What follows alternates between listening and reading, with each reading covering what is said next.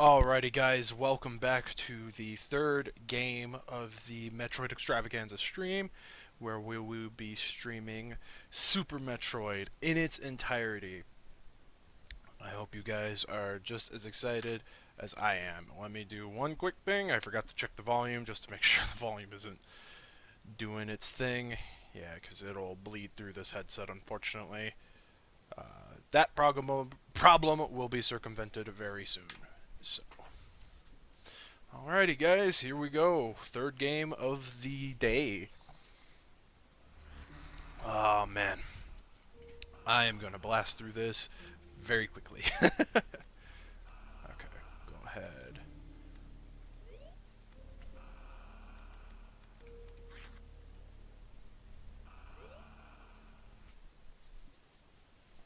The last Metroid, Hope your guys' New Year's Eve has been going good so far. the galaxy. Um, like I said in the other portions of the stream, I don't have any plans for myself other than this.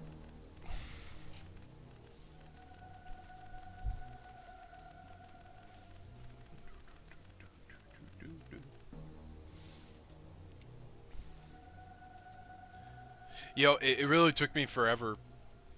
Like when you get into like the first little bit of Super Metroid, after you do the whole thing on the space station, and then you actually are like going through uh, Zebus. It's freaking funny. I didn't realize that like you actually like, go through the beginning part with the mother brain again.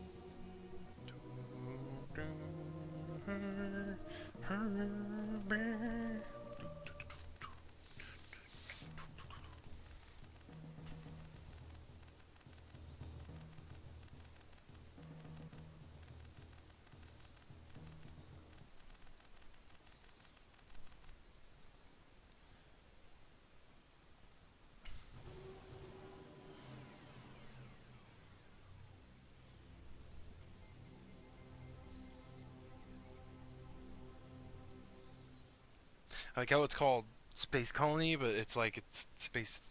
Yeah, whatever. Alrighty, here we go. Let's see how. Let's see how quick I can get through this one. Maybe a little bit quicker. I don't know. It might take me 3 hours. Might take me 4. Oh my god, man! Buttons are all different. No, by the way, the buttons are set to the proper setting. So how they appear on the Super Nintendo controller. So let's see how fast I can get through this. If I don't do a whole lot of detouring. Because I know when I play this just like regularly, I like to backtrack a lot.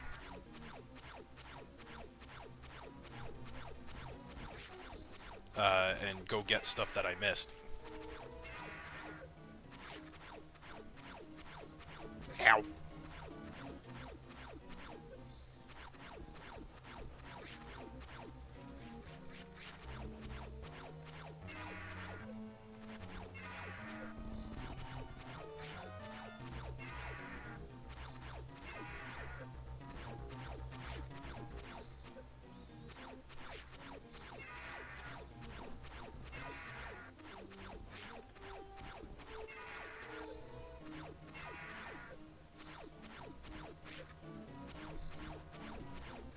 No, screw you, Ridley! Damn it!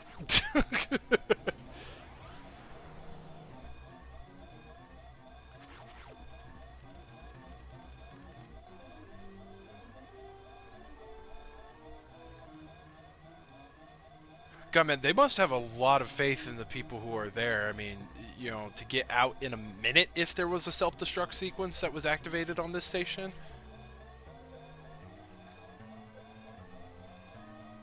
I mean, because imagine if you're not Samus. Imagine if you're just some random pleb working on this space station, and you don't have the ability to run, like, super quick because of suit. So, it's like, you only get a minute.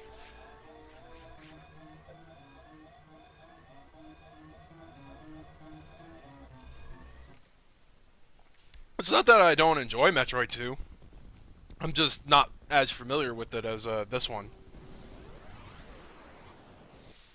Like this, Super and Fusion are probably the two that I've played more than anything. I know the NES one pretty well too, for the most part.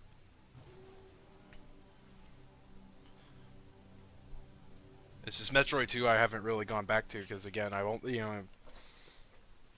I don't do emulation a lot, like other than for streaming purposes. So when I got a physical copy of it, I was playing it on my Game Boy Advance SP at the time.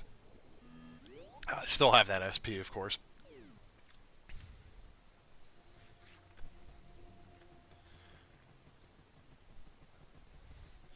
Well, I can say that yes, comparatively, yes, speaking, that Metroid 2 is definitely different. It does stand out because it's far more linear than what Super and the first Metroid were. I mean, Fusion in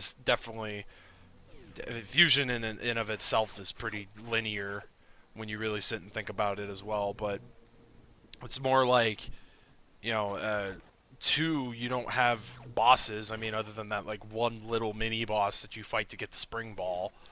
But even that, I mean, it doesn't really count as a boss. I mean, technically, your bosses are the Metroids when they start turning into the other forms.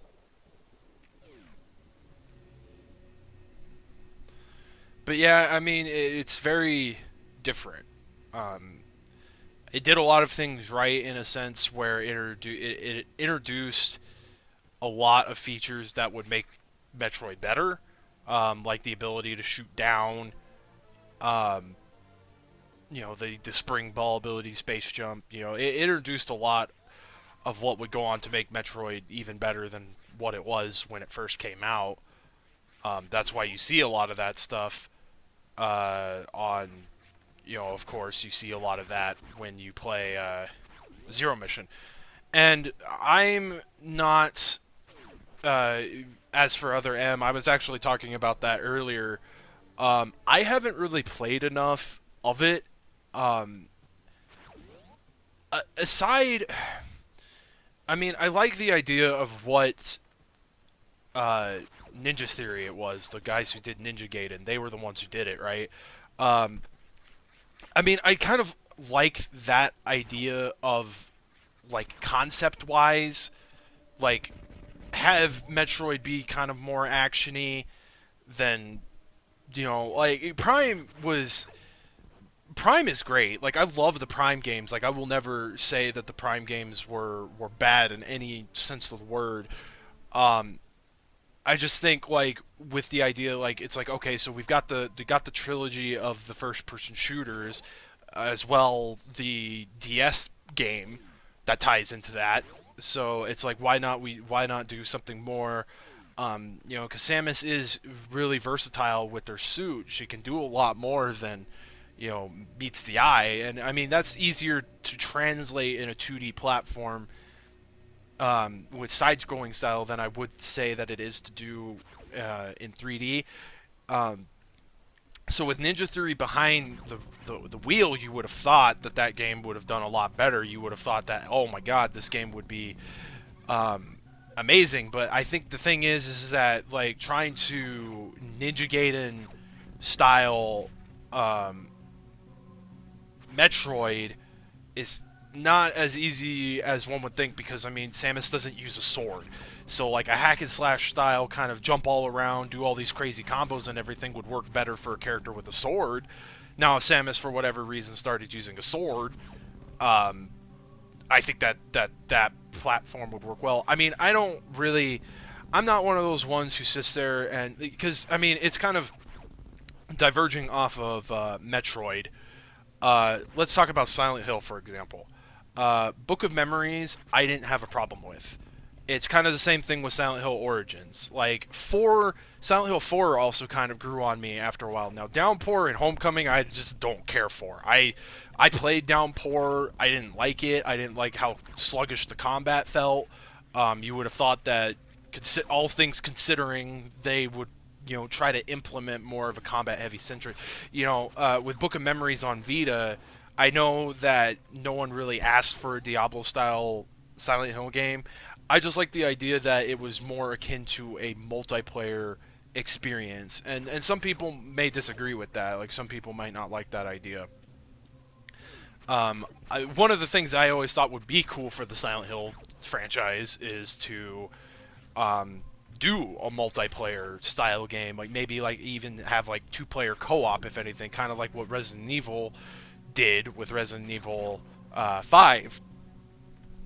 Because I don't think there was co-op in 4, if I recall. I could be wrong about that. I don't know if a second player could control Ashley or not. Um, I don't overly think Other M is bad. Like I see what they did to Samus as a character. Yes, like I don't like the idea that she's just like whipped beyond belief and only will use her abilities when she's told. Like I don't like that they did that to her character. I don't think she was ever a lapdog. I think it like because Fusion hinted at her you know ties with Adam. I really don't think they did it justice. And I know a lot of people also talk about the scene in particular. I haven't ever watched the scene. I know that a lot of people don't like the scene where she freaks out about Ridley.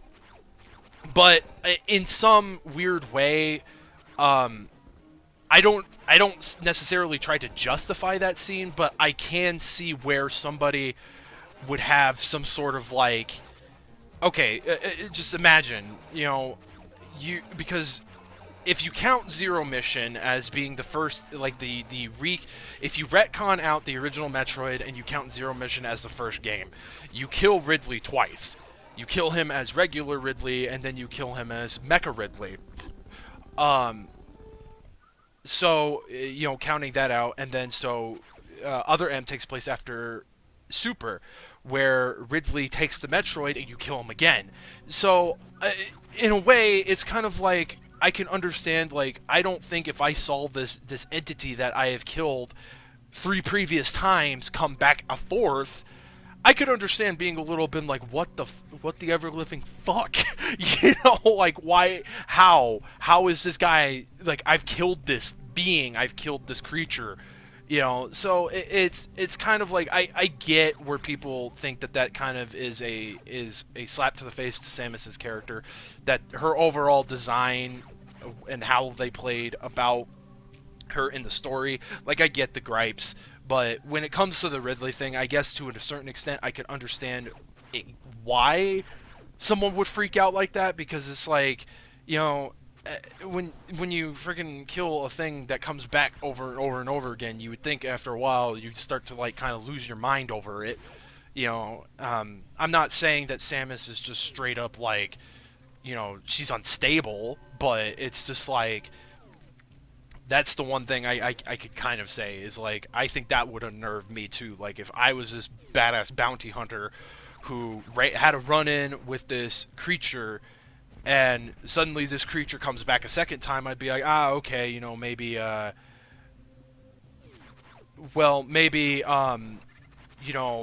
maybe I didn't kill you properly the first time, or maybe I left you alive enough to where, you could escape or come back or whatever. But a third time, after you're pretty sure that they're dead and gone, it's like, I think I would have a bit of a freaking meltdown too. Again, I'm not trying to ever say that I fully support that scene in particular. I understand more of the reasoning behind it more, and I look at that more objectively than I think most would. But again, at the same time, I understand that people weren't happy with it, and it's all to the eye of the beholder. I can't say that I hate or like Other M fully because I've never sat down to give it a full playthrough. Um, I know my brother, who's just as big of a Metroid fan as I am, absolutely despises that game. I don't know if he ever actually sat down and played through it. I know Alpha Omega Sin is very vocal about how he has disdain for that game.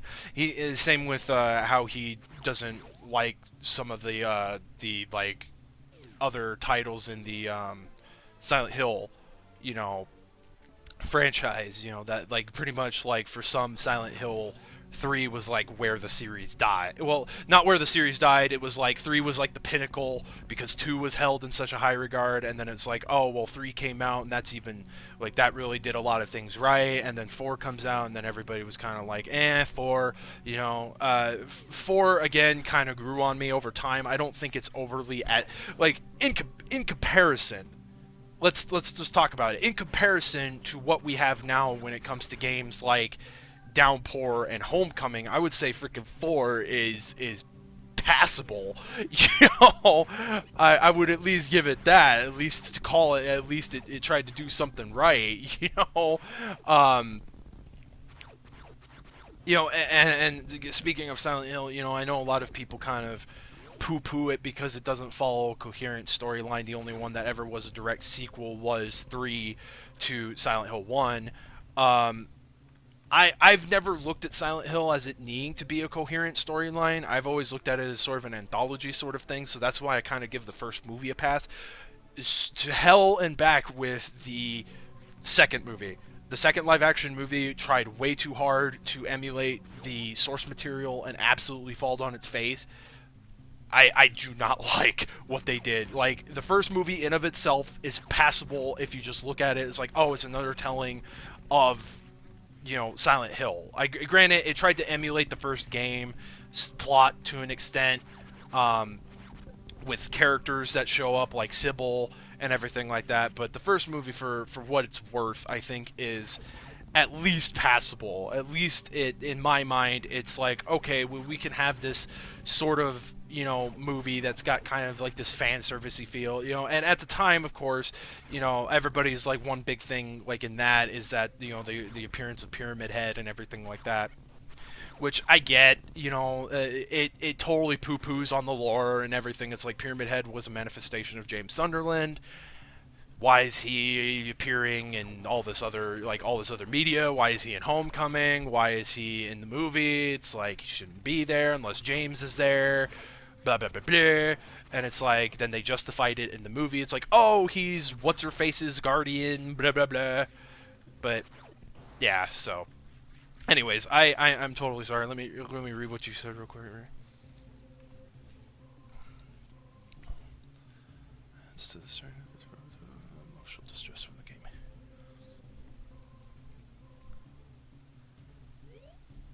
Right, I could definitely, I would definitely say that Other M, after reading what you said about it, like I would definitely say that they tried to have a more story-centric focus, which can be a good thing and a bad thing depending on how it's done. Because Metroid wasn't really, I mean, it's kind of like in, I'm trying to think like something comparatively, but like Metroid was never really about the story per se. It was more about like, oh, we've got this bounty hunter named Samus, and she's been, she's got to go fight the bad guy. I mean, granted, the story's a lot deeper than that. I mean, I'm not gonna really sit there and say that it isn't, but it's on the outer appearance of the game, that's kind of what it is to most people. And I think when you try to take a game in such a drastically different direction to where it does have a more story-centric focus, you give your main protagonist an actual voice where they talk and exert emotion. Like up until that point, we really didn't have kind of an idea of what Samus would be like in that kind of game style, because even in the Prime games, as great as the Prime games are, she's not vocal. I mean, of course, she has her grunts and groans when she gets hurt, but when it comes to actual like spoken dialogue, she doesn't talk to anybody. She's isolated, very much like in the previous games. It's very much just Samus, fighting a bunch of bad guys, kind of, in the same vein of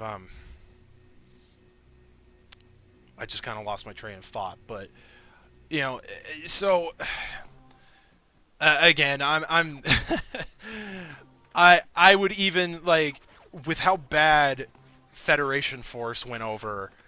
Um, I would definitely say Other M looks fairly mild in comparison. Like if you're gonna hate the game, that's fine. Like I get it, and again, like what I was trying to say, it's really hard. I think a lot of people didn't necessarily, because I know that there's a huge section of the Metroid community, um, not really myself included, but I'm more. I know that a lot of people did not like the redesign for Samus when Zero Mission came out, and what later became kind of like the canon appearance of what Samus is to look like. Um, I know that a lot of people were more inclined to like her prior appearance, to where she actually kind of looked more in the lines of like kind of like a Master Chief-esque sort of character. Not cybernetically and like not genetically enhanced, but she looks the part. Like she's wearing this, power suit that you would assume is somewhat heavy. I mean, I would assume it's in the same vein as Master Chief's Spartan armor, where it's not. It doesn't weigh, like just 20 pounds, probably a good like 100 something pounds. So I get like why people kind of poo-pooed that too, like the Zero Suit redesign. I don't overly hate it myself. It to me, is kind of like one of those things where it's like, okay, I could see why people are upset, because really and truly, you would think Samus would have a more fit physique, um, than what she's kind of been portrayed as recently. So I mean, I guess that's where my kind of complaint draws, is that from a certain standpoint, it doesn't really fit the part. Um, but yeah, I mean, it's all just really opinion. Like I'm fine with whatever. I mean, hell, if you like Federation Force, then I have to pat you on the back, because like that's awesome. Like, I kind of it's a really weird sentiment, but I've said this in one of my streams before, is that I somewhat envy people who can look at a game that is notoriously put like just awful. Like people just hate that game. People can look at a game and love it for what it is. Because there are some times where I do kind of have shudders over my eyes when it comes to certain games, because of just really bad reviews. People say this, people say that.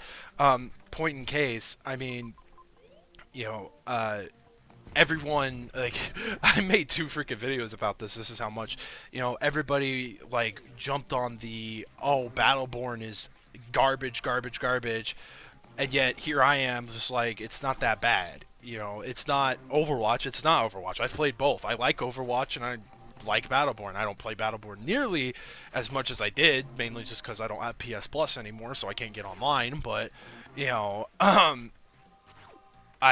picking up Overwatch after my brother got it on my computer for me, they're both good in their own rights. They're very different games.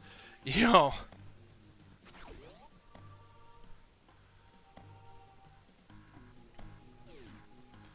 it really, to me, just to kind of sum up everything before I continue to go on tangents.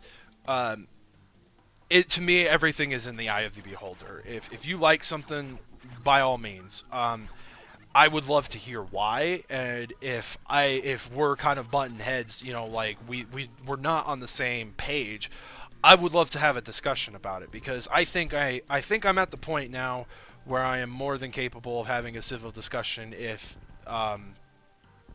it's meant to be. Like I can understand, like some people are just like, oh, I don't. don't want to have a discussion about something, blah blah blah blah, but I think having an objective look into things kind of helps, like, because there are games that there are games, games like Battleborn and like Quantum Theory, for example. Like Quantum Theory is a game that I absolutely resonated with me, which is the weirdest thing because it did awful, absolutely awful, like very mediocre reviews. It did not sell well, and this was a game that I don't know, something about it clicked. I was like, man, this game, like, and even like looking into from like the lore aspect, I like the little tidbits into the lore were like enough to like really get me interested. I was like, man, this actually sounds like really cool, like I want to know more. Unfortunately it did so bad there was never probably going to be a sequel unless somebody buys the rights and tries to rejuvenize the game. um Granted, the game is not perfect. I will never sit here and say Quantum Theory is a flawless game. Oh no, it's flawed. It is flawed, let me tell you. Um, it's really hard to sit and have a Gears of War style game when you don't have grenades. And that's probably one of my biggest gripes about that game. But from a lore standpoint, I really resonated with the lore. And so, same thing with games like Evergrace and Eternal Ring. Two games that came out kind of towards the launch of the PS2 that are just critically acclaimed to be god awful. But there's just something about them. Like, there's just this weird appeal to me. Like, especially with Evergrace, because the soundtrack is like the most unique thing I've ever heard in a video game, that doesn't use traditional instruments to make a soundtrack. Like, it's got a lot of like almost I would say almost like chanting sort of vocals to it. It's the strangest freaking thing you'll ever hear, but it just appeals to me. Like, and I can't explain it. And I don't think the game is good. It's definitely dated. It doesn't hold up probably nearly as well as it might have. It's very sluggish with the RPG mechanics, which is weird considering I think FromSoft had something to do with it, or one of their subsidiaries, H-Tech. I don't know if FromSoft became H-Tech, or if H-Tech became FromSoft, or H-Tech was just a subsidiary of From, because I don't know, because they're the same ones who did Eternal Ring. And Eternal Ring as well, great freaking soundtrack. Just like, I don't know, I just got immersed. It's weird. Like, I can't explain it. So it's just one of those weird things. Like, I don't hold it over people's head if they don't like something. Like, and again, I need to play more of Other M to really sit and definitively say whether or not I like it. But just everything that I've heard, from the good and the bad, it's really hard for me because it's kind of like one of those things where I'm like really scared to play it. I mentioned this earlier when I was playing the first Metroid, that the game Yaiba Ninja Gaiden Z. I wouldn't say that I'm a diehard fan of the Ninja Gaiden series. That I would say I enjoy the games, but literally went into that game with zero expectation. I know that game did not sell well. It was not met well with a good response. A lot of fans of the series hated that game, hated what they did. Whatever. It was in the wake where everybody and their mom had to have a zombie game. Um, so I totally get where people don't like it, but there was something about it. I was just like, other than it being stupidly hard, which is surprising, you think for a series that's kind of rooted in the fact that it's difficult, you would think that game would hold a little bit more well, I would say, because it's like, it's fucking hard. you know, but I went in with zero expectation, and surprisingly enough, I liked what I played. And that's fine. It's kind of the same thing with like the getting to Castlevania. Castlevania is my all-time favorite series. Ask me anything about Castlevania, I could probably answer it. Um, the N64 games.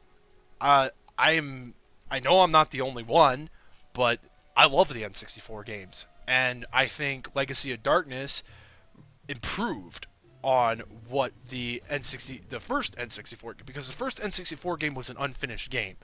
People like to give so much shit to Capcom uh, for not completing their games or releasing unfinished product, but freaking Konami's guilty of the same damn thing.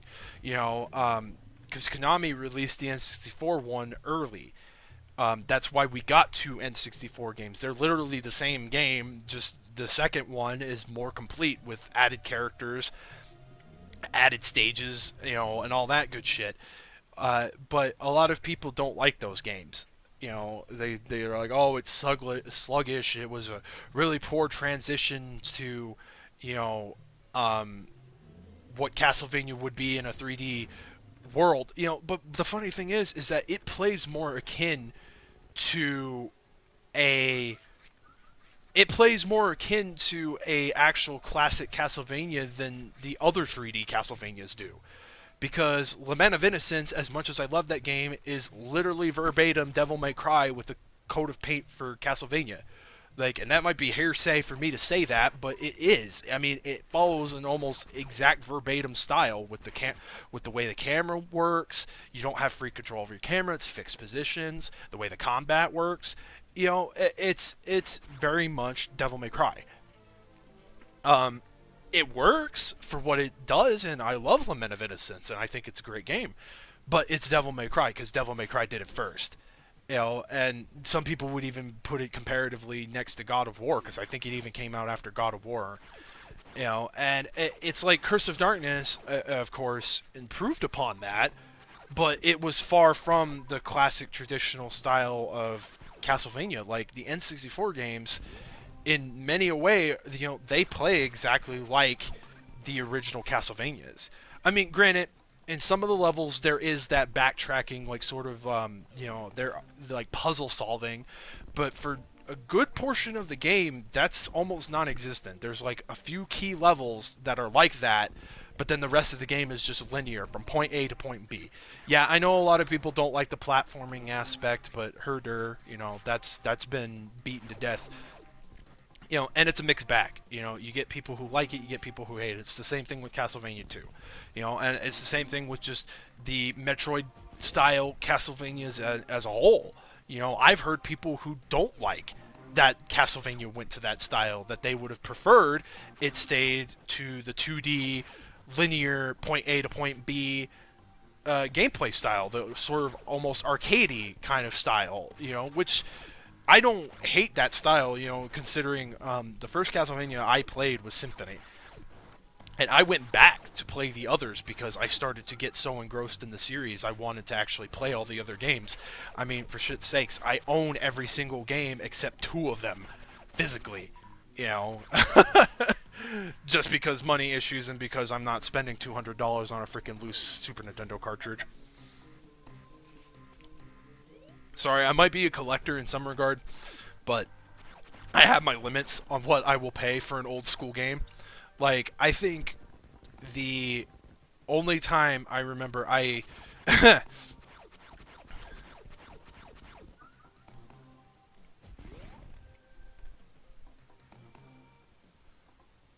Well, thanks for rolling by the stream, man. I appreciate it. You have a happy new year. Enjoy the rest of your New Year's Eve. It's still a couple hours for me, but enjoy yourself, and thanks for rolling by, man.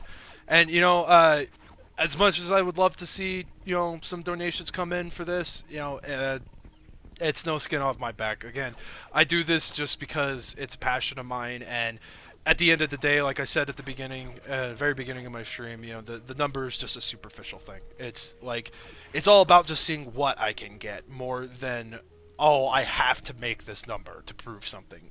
Don't have to make any number, but thanks for rolling by, man. Appreciate it.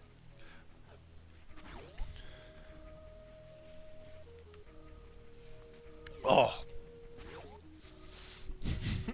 And I totally lost my train of thought. That's okay. I think I need to stop talking for a little bit anyway. My voice is starting to crack.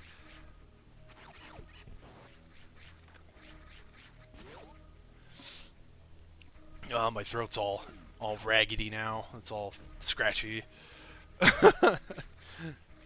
That's alright.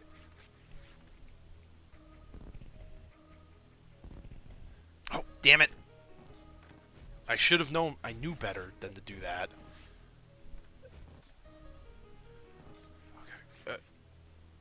Whoa! Samus, why are you turning into the morph ball?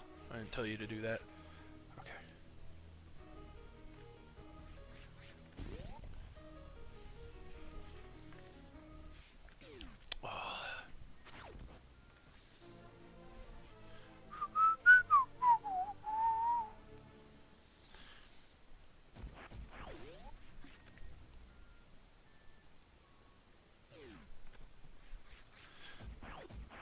You know, the one thing I can say about all of that was it's crazy how much, like, this is all muscle memory to me. Like, I can completely deveer off topic, not even talk about the game, like, at all, and still I know what I'm doing. It's the craziest feeling in the word, in the word, in the word, in the world.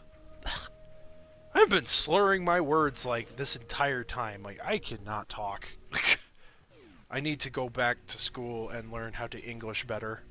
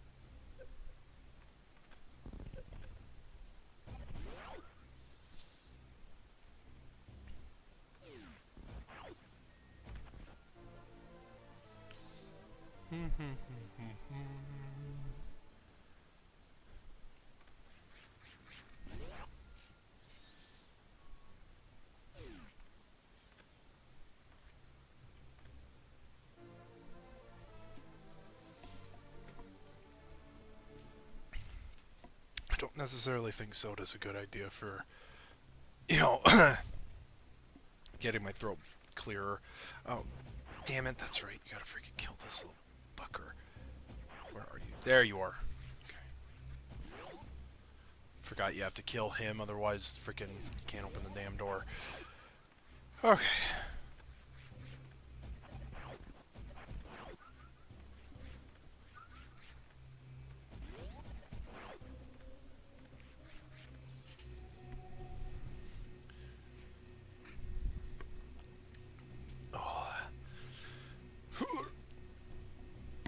Oh.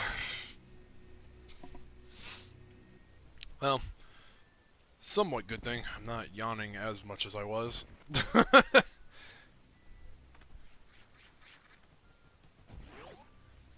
was yawning quite a bit earlier, I remember.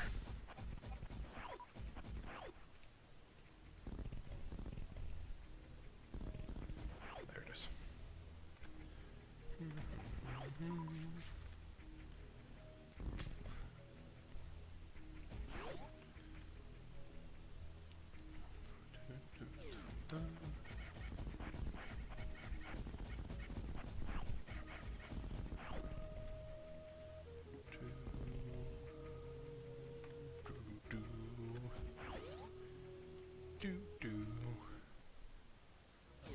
I want to say up above was just a charge station, if I recall.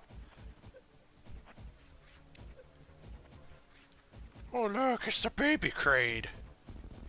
And he dead as shit!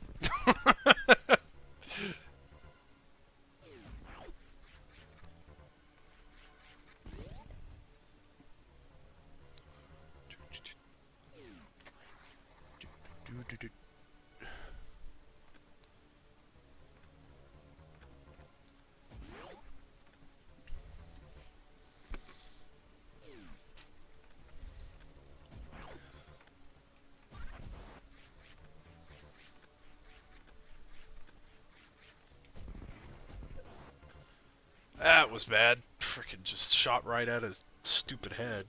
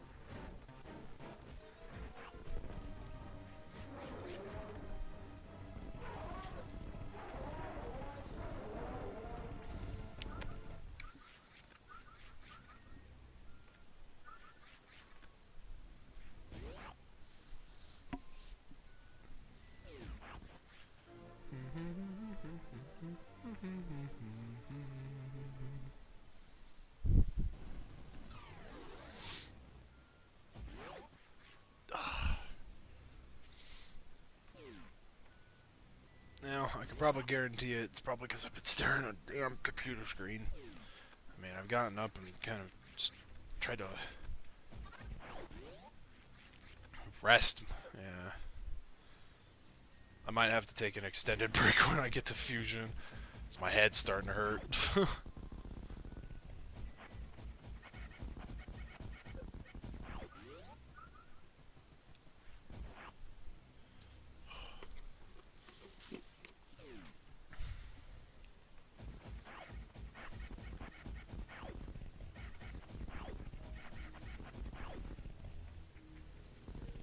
I mean, I have been doing this since 8 in the morning my time, and it's going on 4. So, not been 12 hours just yet, but, you know, it's like 4 hours out.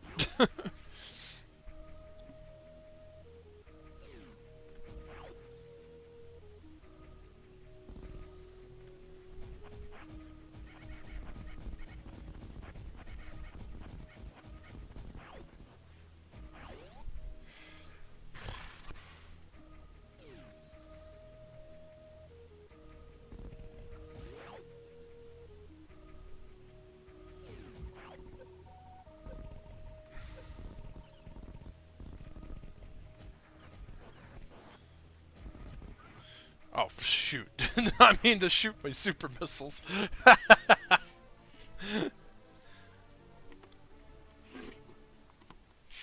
I love it when I do stuff accidentally.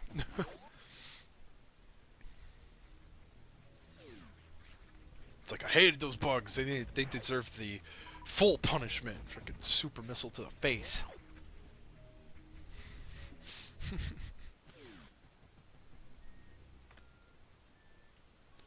Wow.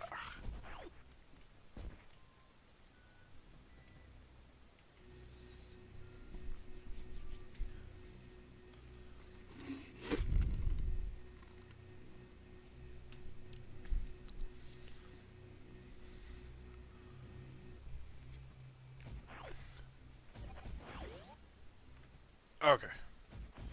Let's see if I can remember everything that needs to be done here. Oh, wait.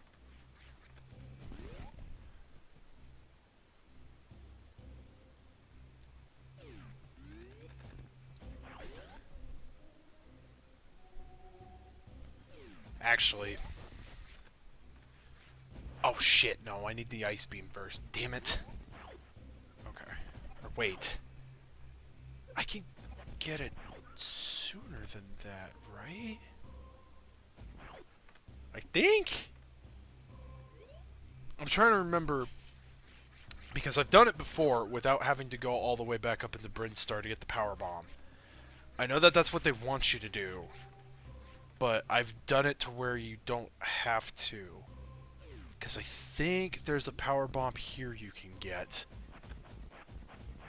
Because playing this game several times over, I found like shortcuts that would make it easier to like basically speed up the process of getting through the game, because I even know that if you do the wall jump properly, you can get the wave beam without having the grappling hook. Which, yes, I have done, and yes, I was planning to do.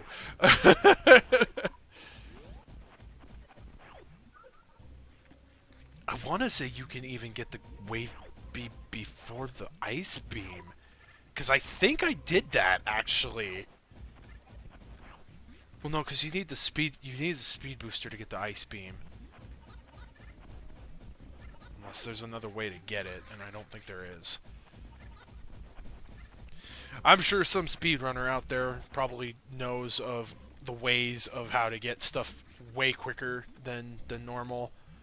I'm not a speedrunner, so beyond the hell out of me how I would get some of that stuff early. But yeah, I want to say I've done that before with maybe I did a specific jump or something. Yeah, because I want to say that I was able to chill in Norfair until I pretty much had everything done until I could progress no further without the gravity suit. And I didn't even get the power bomb the from the place in Brinstar until I came back up. We'll see, because slowly but surely I'll remember. Because it wasn't too long ago that I played through this game again. Because for a time I had a sprite editor where I was screwing around with editing Samus's color scheme and changing her suit all sorts of wacky colors. Um,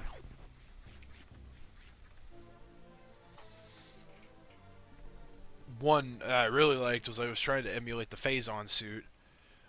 And I want to say that I had like two variants where it was like you either started with it, that it was the regular power suit was the black color, and then the gravity suit was it at 1.2.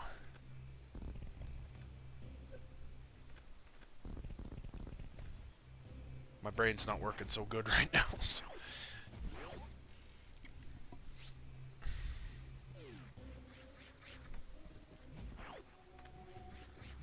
Yeah, I want to say because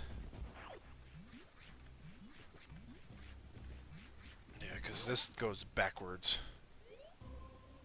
This goes backwards to that hallway where you need the speed booster.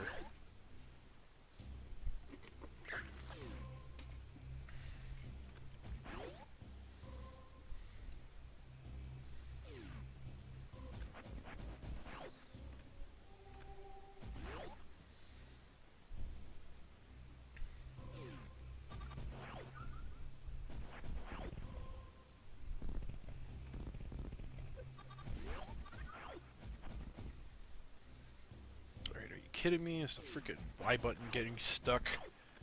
That's always fun.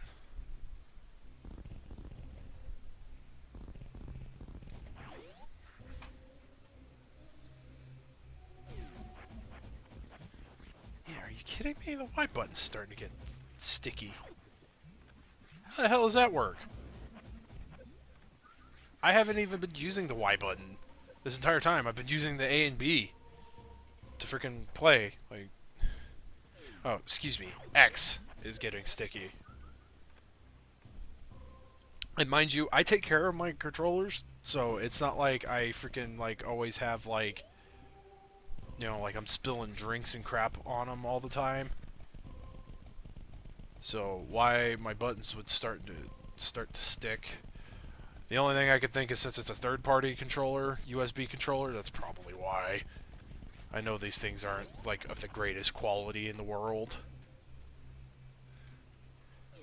I mean, this thing is pretty sturdy for what it is. I did it. Okay, just run.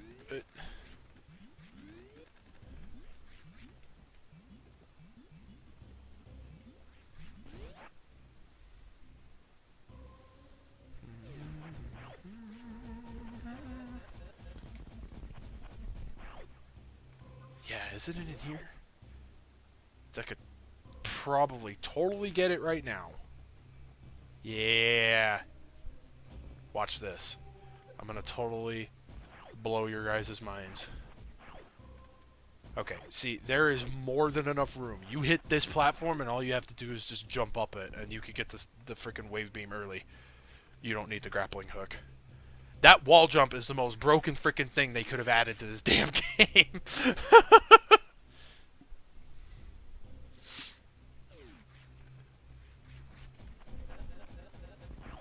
But I'm sure, in many regard, the wall jump is what makes like speedrunners able to like just freaking do like the craziest crap. Okay, so you gotta kind of be careful. Okay, watch this. If I do this, I'm gonna be amazed. I've done it before. So you get a running start.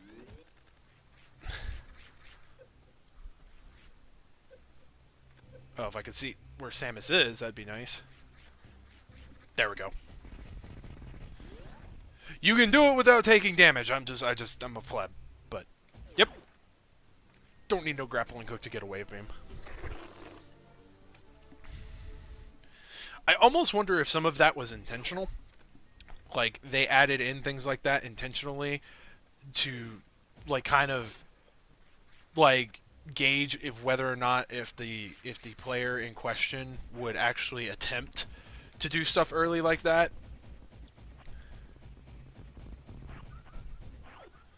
Because I know that there's, like, very specific stuff you can do in, like, Fusion. There's, like, this one thing that you can do to get some secret message.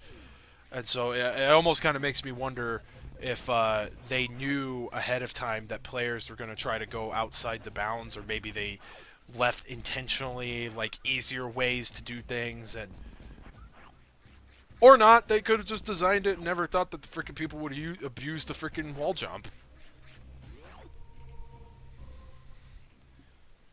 I'm not really sure.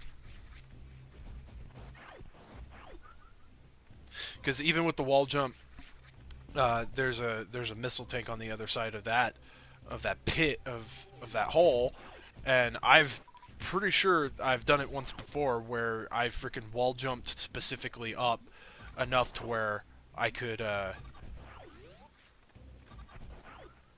gonna freaking heal up real quick because I noticed I was like I'm gonna dying, so I need to freaking fix that.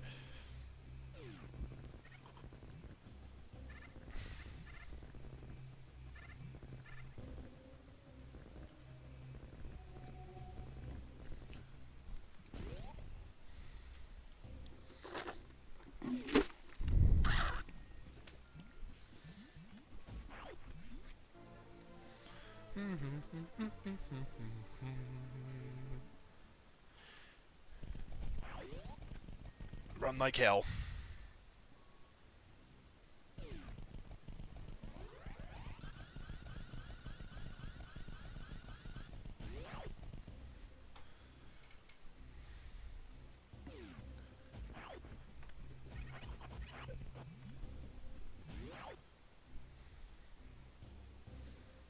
Okay, let me see.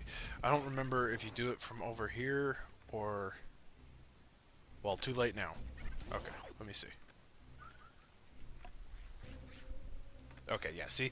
The platform sticks out just enough that if you hit it just right, you can scoot your pretty behind over it.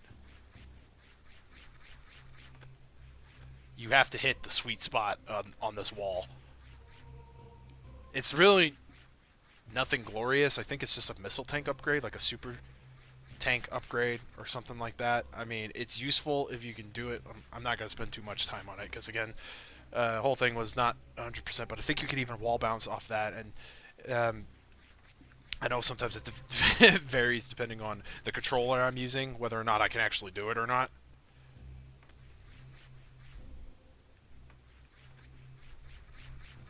Okay. Yeah, I'm not going to spend too much time on that. I'd be there for hours trying to do it just to prove that I could. Because I know you can, because I've done it before. It's just, you have to hit that right spot on the wall. It's just like this crazy sweet spot. Because if you do it too soon or too late, you hit the thing and it just knocks you down. See, I was even able to wall bounce off that. I think even maybe I did it with the ice beam. Maybe I froze the enemy and then I bounced off of it. That could be what I did as well. I'm not really 100% sure.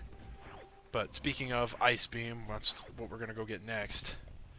I'm dumbfounded at myself right now because I'm trying to think of where I got the power bomb prior to. Oh, I know what it is. I know what it is.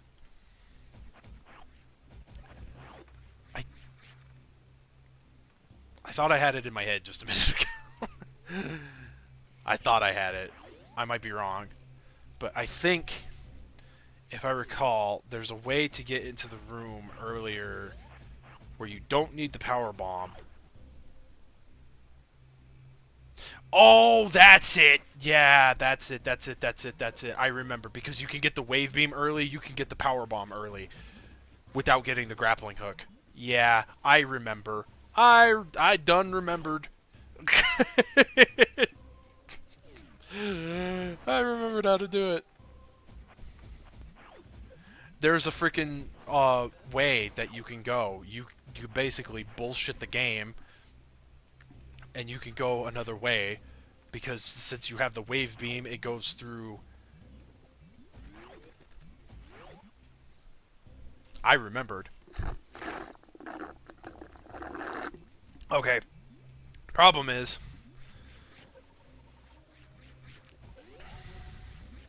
I don't think it's that one. I think it's another one that you can go, but you get the idea. Because the wave beam goes through solid objects, you can abuse that to your advantage and use it to go get the power bomb prior to um, the grappling hook.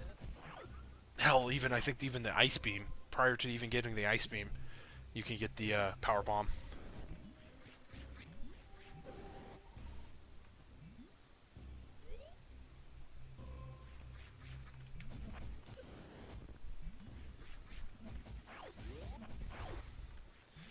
I know that there's no ice level in Super Metroid, but I think it's kind of funny that the ice beam is in the fire area. Like, it makes sense, from a certain standpoint, because it's like you got to freeze things to move on. But, like, from another thing, it's just kind of like ironic, I guess. Yeah, I want to say this one. Yeah, I remember.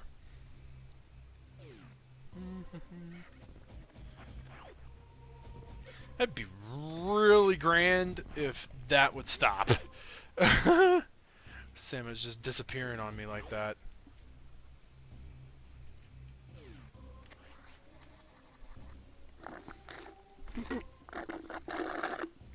Okay, that I think is dry.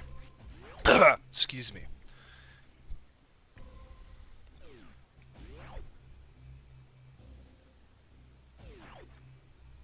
I think I was ballsy enough to just freaking jump over the freaking fire and not even care.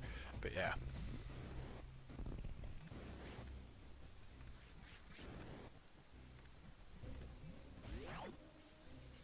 Yes, sir. You can do it sooner.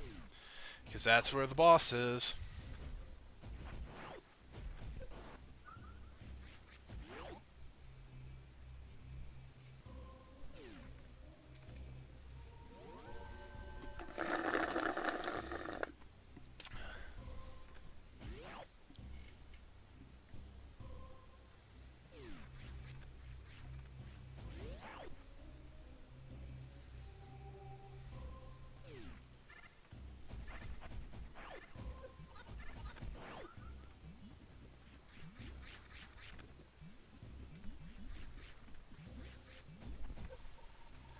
Eat it.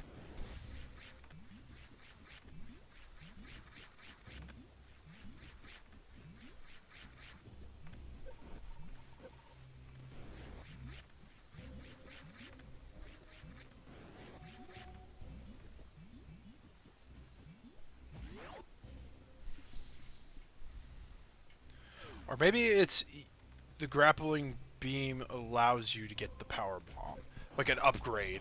But that's how I got the power bomb early. I think that's it. I think that's what I'm thinking of. Not that you can get the power bomb before the grappling beam. It's that doing this way allows you to get the grappling hook and the power bomb prior to what you originally have to do, or if you play the game correctly, which I never do, and that's going up to Brinstar and.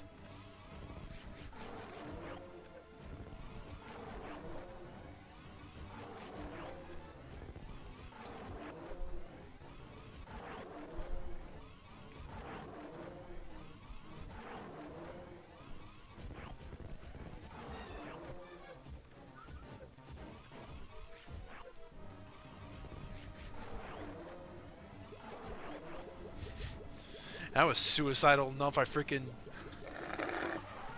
just freaking got a good run speed and just jumped across to get the freaking uh, stinky and energy tank when you don't need to do that.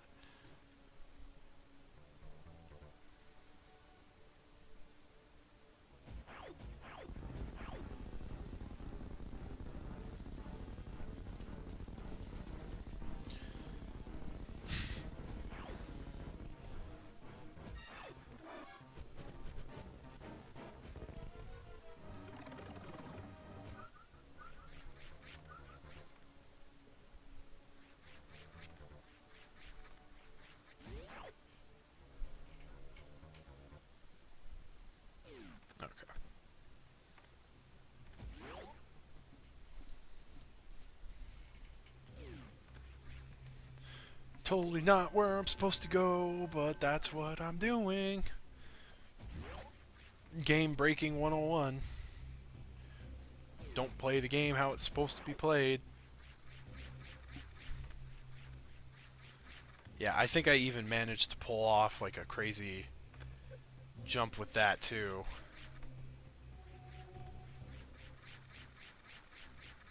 Yeah, it's just about.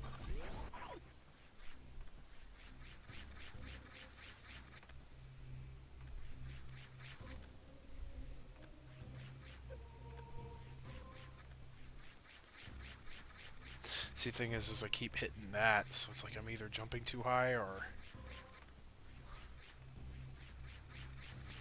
If I let the button go too soon, I don't hit it.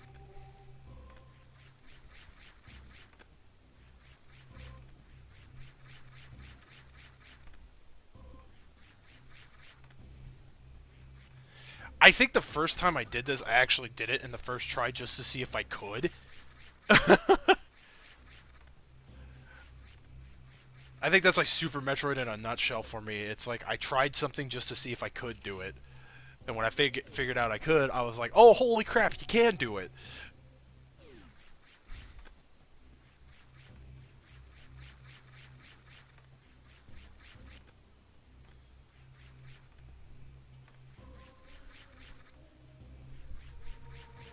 There we go.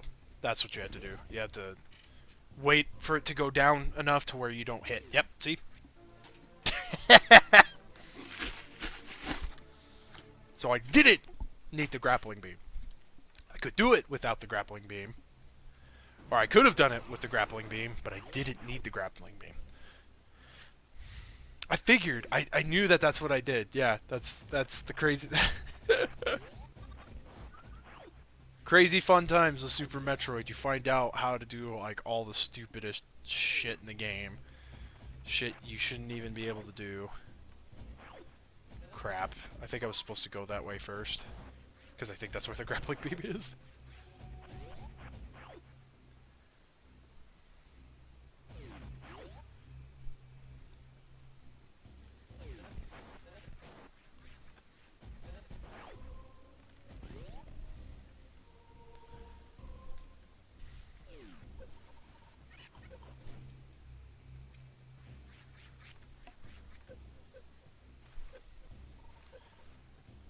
Okay, come on.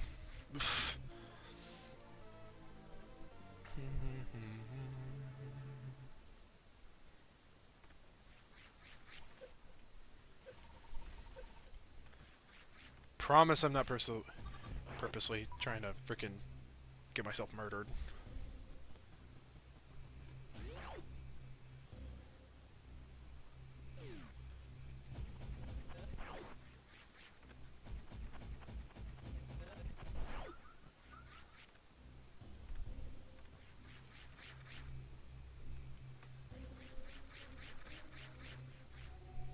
Oh! Samus! Why are you turning into a ball? Oh, this controller is just bunk. It's like reading inputs that I'm not doing. There we go. Gotta be more specific. My freaking back and forths. Okay, for a freaking door that I can't even open. Okay, whatever.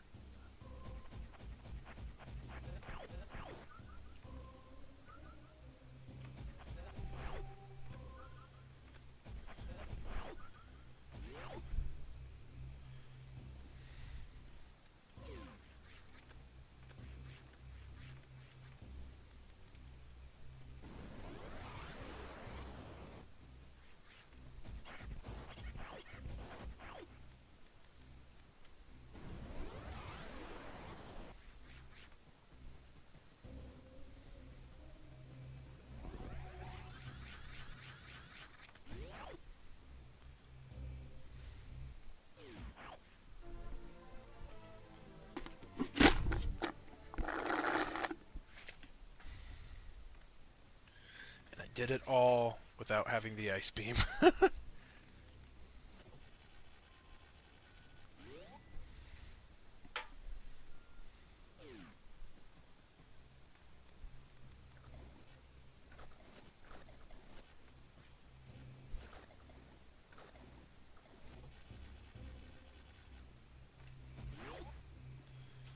It kind of, in a way, surprises me that they never revisited the grappling beam.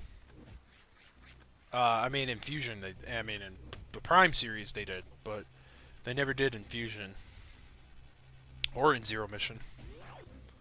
I guess, I mean, it kind of omitted the need, since you can do like all the crazy like wall climbing and stuff like that. So I guess there really isn't a need for a grappling beam in the other games.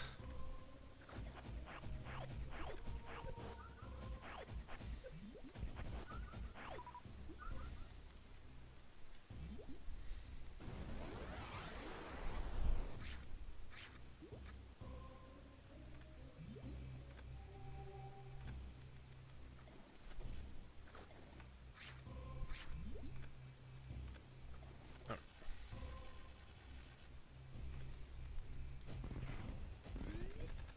I missed.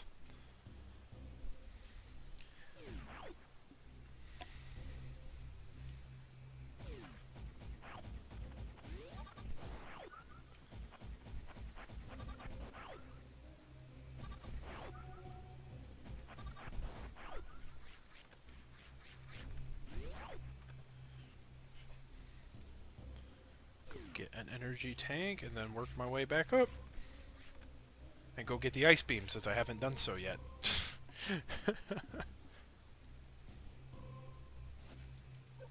Oh, that's lovely. Yep. Yep. Oh, what? I think like I literally like swung into it and bounced me back. It's like what the crap? Come on now.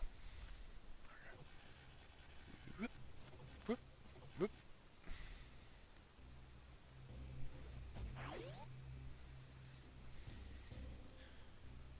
Dead. Bup, bup, bup, bup.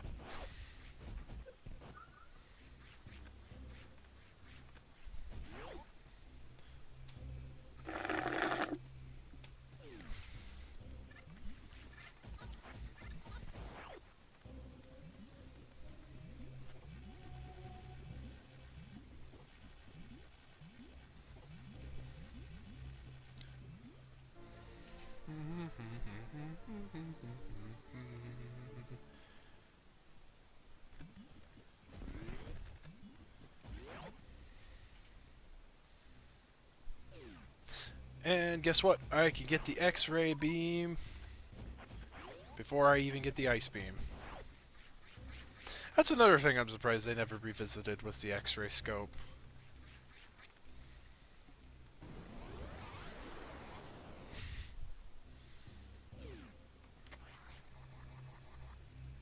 Wait, I thought that... No, I know where it is. It's back up in Bryn Store.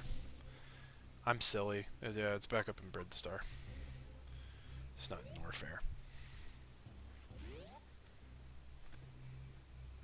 I was trying to think. I was like, isn't it right there? That's what I thought you needed the power bomb for. No.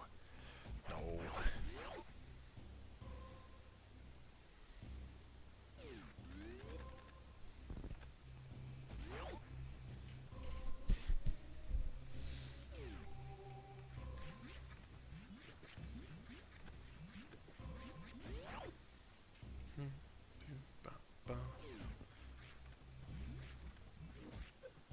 Ow. Ow again.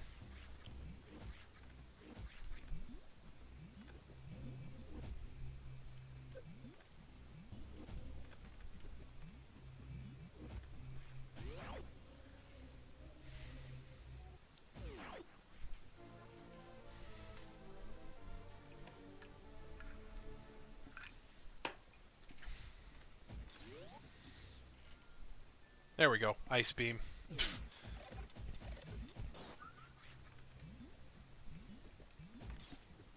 Oh, I know where else we could get an energy tank, now that I think about it. My brain is thinking. Which is okay, that's a good thing. It's because I'm remembering things.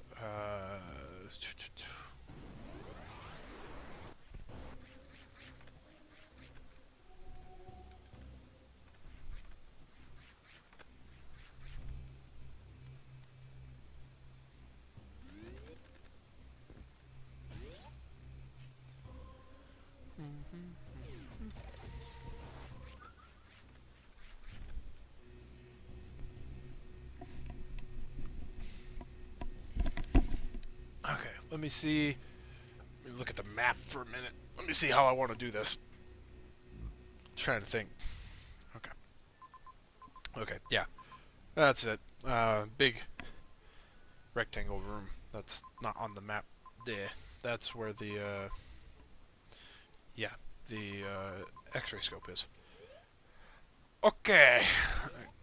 Go up, get power bomb, come back down, go get X-ray scope. Go back up and around and get the power bomb upgrade and get the energy tank.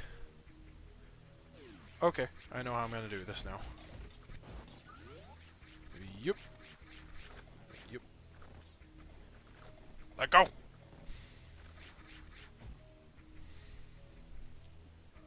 God, I'm glad those guys never freaking showed back up. I don't think. I don't remember them in Fusion. I could be wrong. Could be.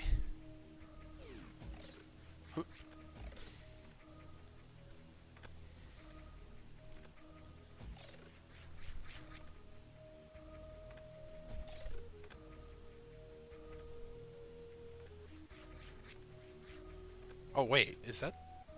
No! I can get it right now. I can wait. Power bomb can wait.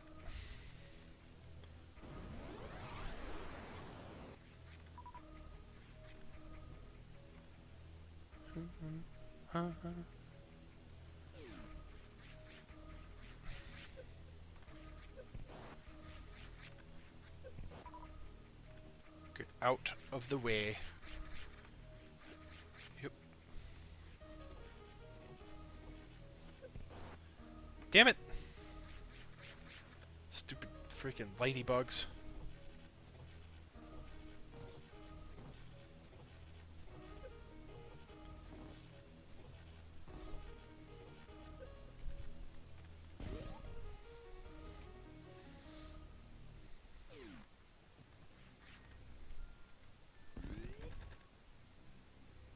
Whee. X-ray scope. That's how you figure out how to get out of this room. And I'm gonna do so because I can't remember. Yeah, it's right there.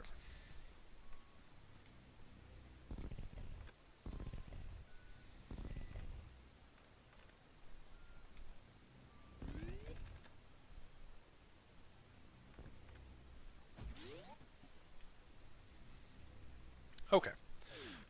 We get out of this room. We'll go up and get the power bomb. Upgrade, because I already have the power bomb.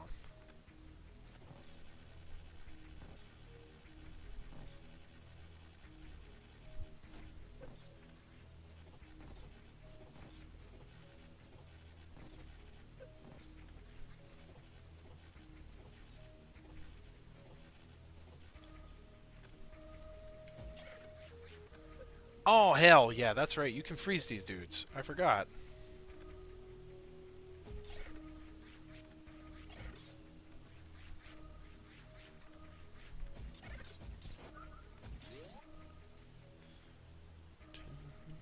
Another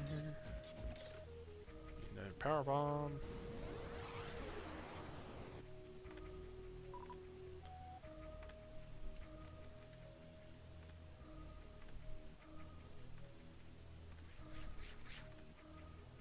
Okay. Come up here, freeze that guy, go up there.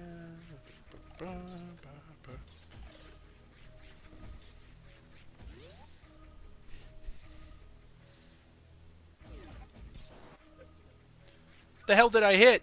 Oh. I think like my head caught the, oh god.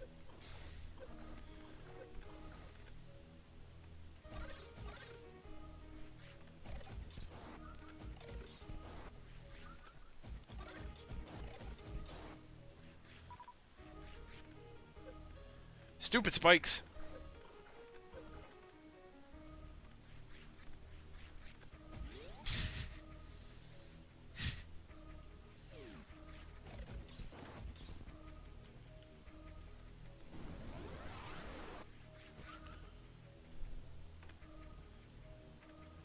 Actually, since I have the power bomb, I don't think it matters. I could probably... Yeah, I could come down here first.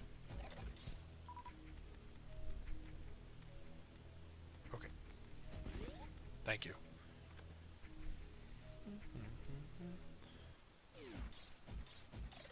Also, by the way, as it stands, welcome to everybody who has come by. Hope you're having fun on your New Year's Eve.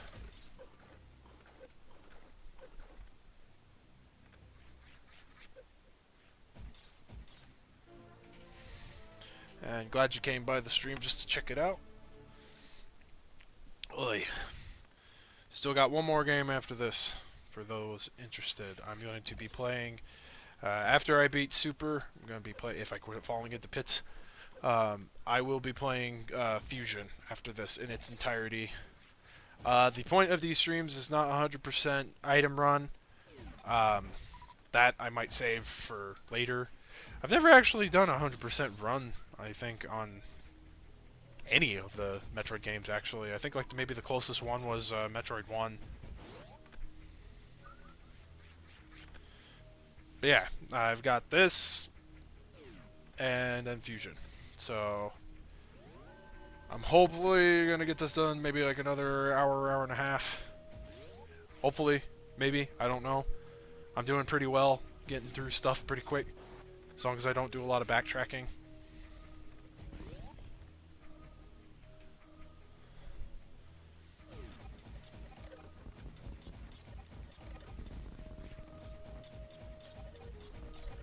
The idea was just actually to freaking finally stream a game in its entirety, because I don't do that. I just freaking play whatever, and I'm just like, oh, I'll come back to it later.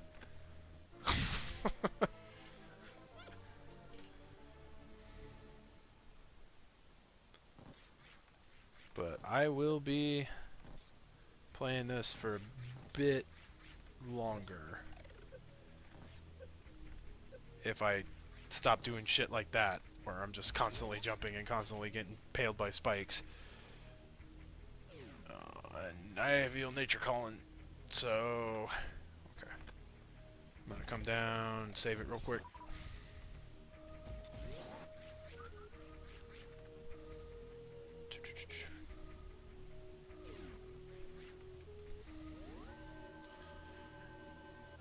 More as if just in case anything happens. Alright, I will be right back momentarily, guys. I am going to go use the restroom real quick, because the nature of the beast is calling.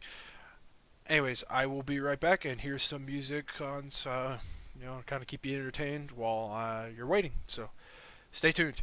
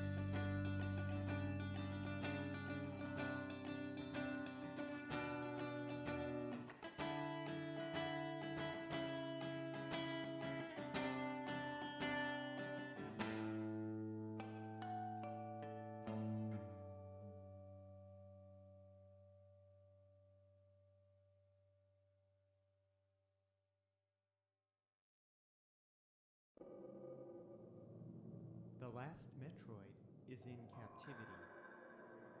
The galaxy is at peace.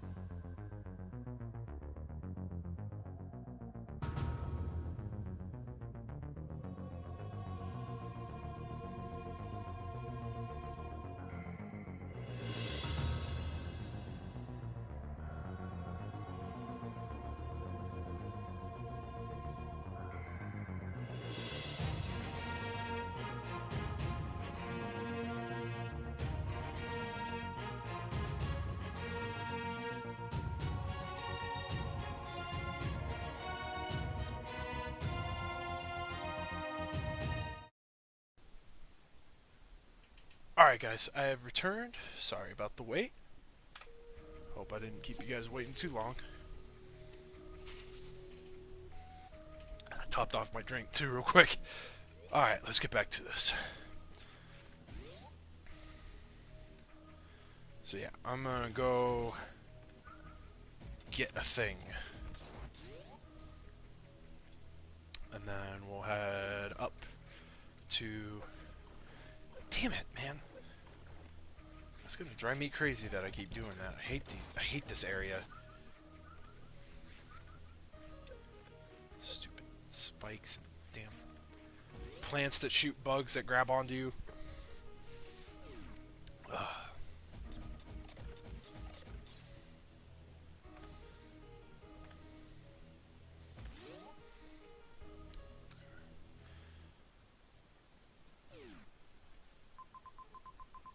Okay, well, there's a couple things I can grab on my way.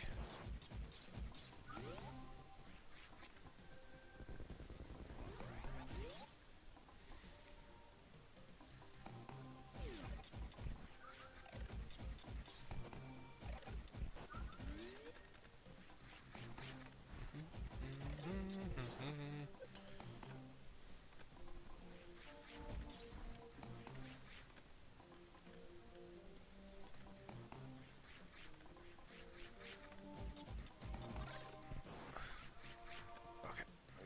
Yup.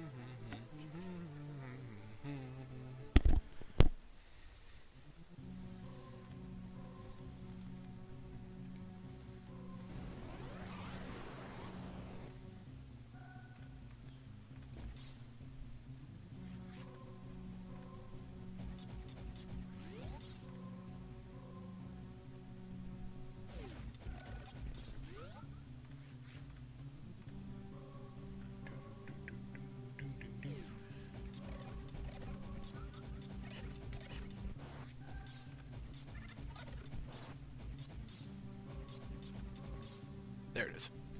Come on. There we go. I love the references to freaking the first one.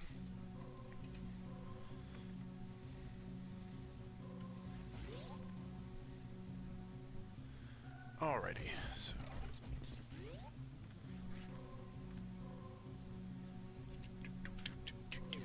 we're gonna go back this way. Hit up some of those spots that we missed. Come back up to Crateria.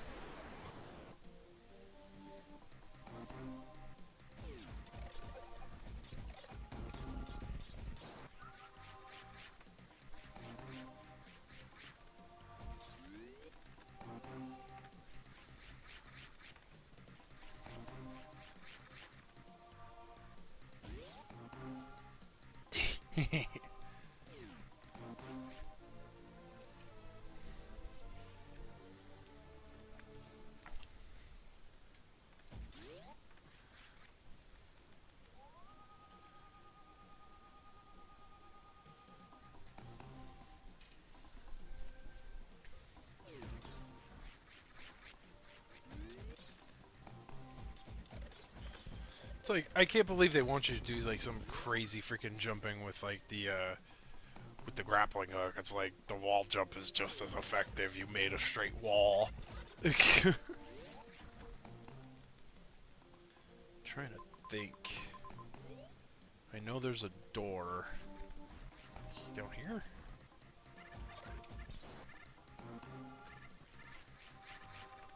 No.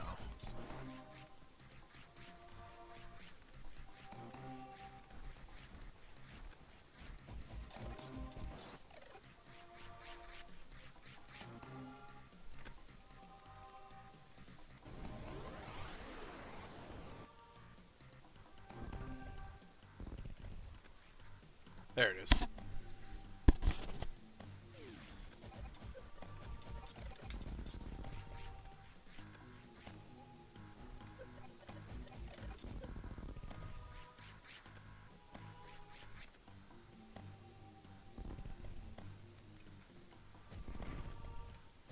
How did I miss that? Like, really?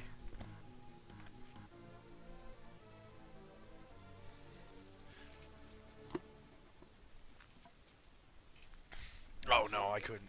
I was just about to say, I think I could have gotten the power bomb earlier. I mean, no, you have to have the power bomb to get to that power bomb. Be freaking funny as hell if you could.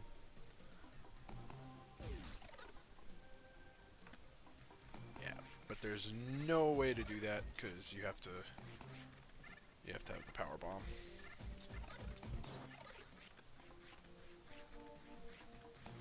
That's all right. Hey, I'm all for it if I can learn new ways to cheese the game in the process of playing the game.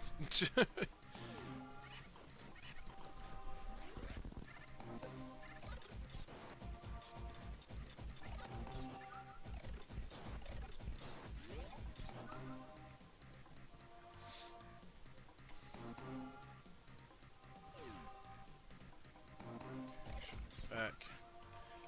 Wait a minute. Gotta come in here first. Hop up here. Dart across. Blast a hole. Oh, it's a reserve tank.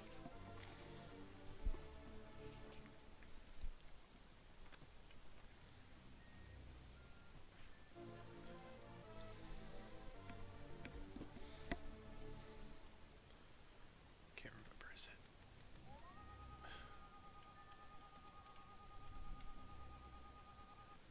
Oh, well, you look at that. I did not know that. I did not know that there were 2 missile tanks there. How about that? Dang, man. I've played this game how many times and I didn't know that? Wow. That's something, huh? Like I said, learn new ways to cheese the game and learn new things. How about that? It's up there. That's the one I want to break.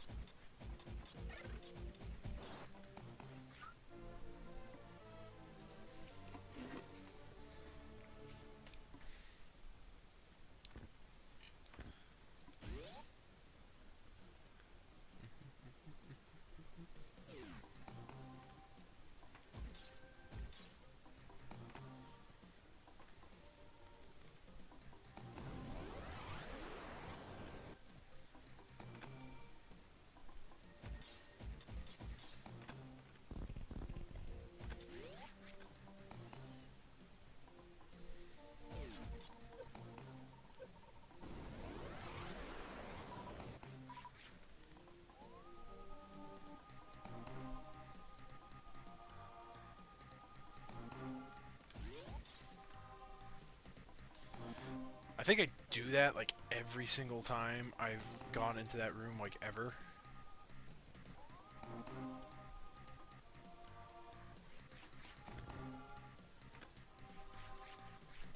Damn it. Okay.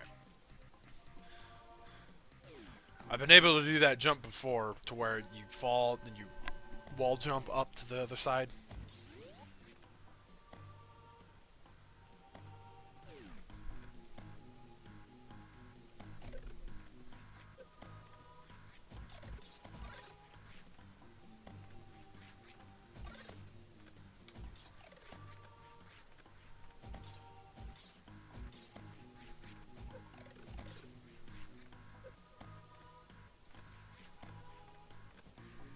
Yeah, because this is where you meet the little guys that know how to do the wall jump.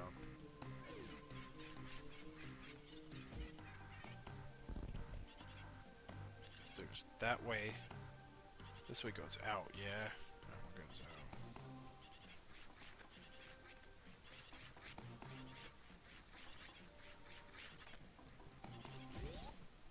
Both ways do.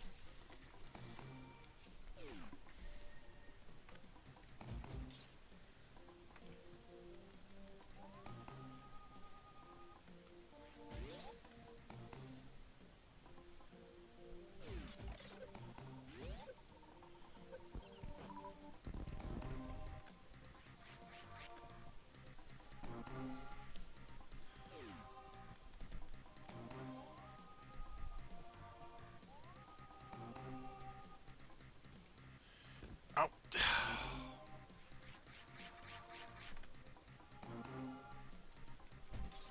Okay. Just for sake, so I don't freaking drive myself insane just trying to get one freaking energy tank and whatever's on the other side of the door. I'm gonna do a safe state there, just cause I did it in the NES one. I had to make a save state for a freaking part where I was trying to make a jump. So I'm already established. I'm not against doing save states.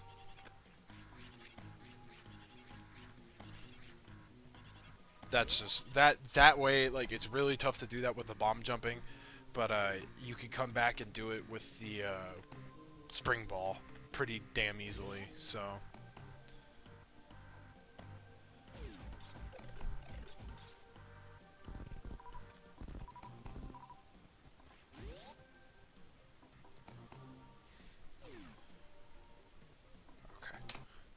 I forget what the hotkey is for save states, but I don't care what's on state 0. Sure, it's nothing important. Let's see.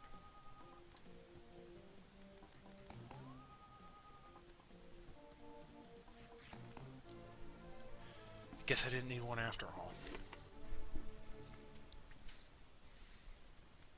The last one, though, I did.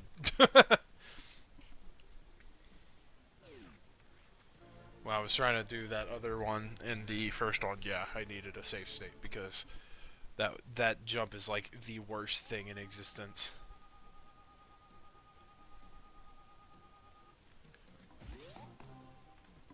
Okay. Now it's just jumping back. I mean, not that like it's overly bad, but okay. Just so I don't have to go through the process of going all the way back around. Okay. Now we can go up to Criteria, make our way to the ghost ship, fight the ghost, get the gravity suit, make our way back down to Norfair.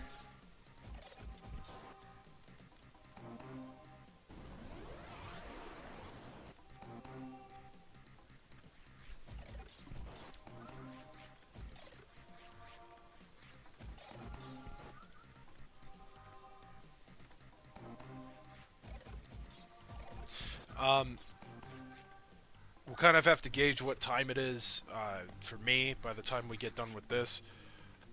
Like I said, I've been saying earlier, I think the cutoff for my campaign page is at 12 o'clock my time. So, I was kind of holding out the hope that maybe some people who were kind of on the fence about donating might donate today. Um, I was hoping in any case, but again, it's not. I don't beat people over the head about it. It's not. It's not my choice, really. At the end of the day, it's not. It's not my choice. If people want to donate or not.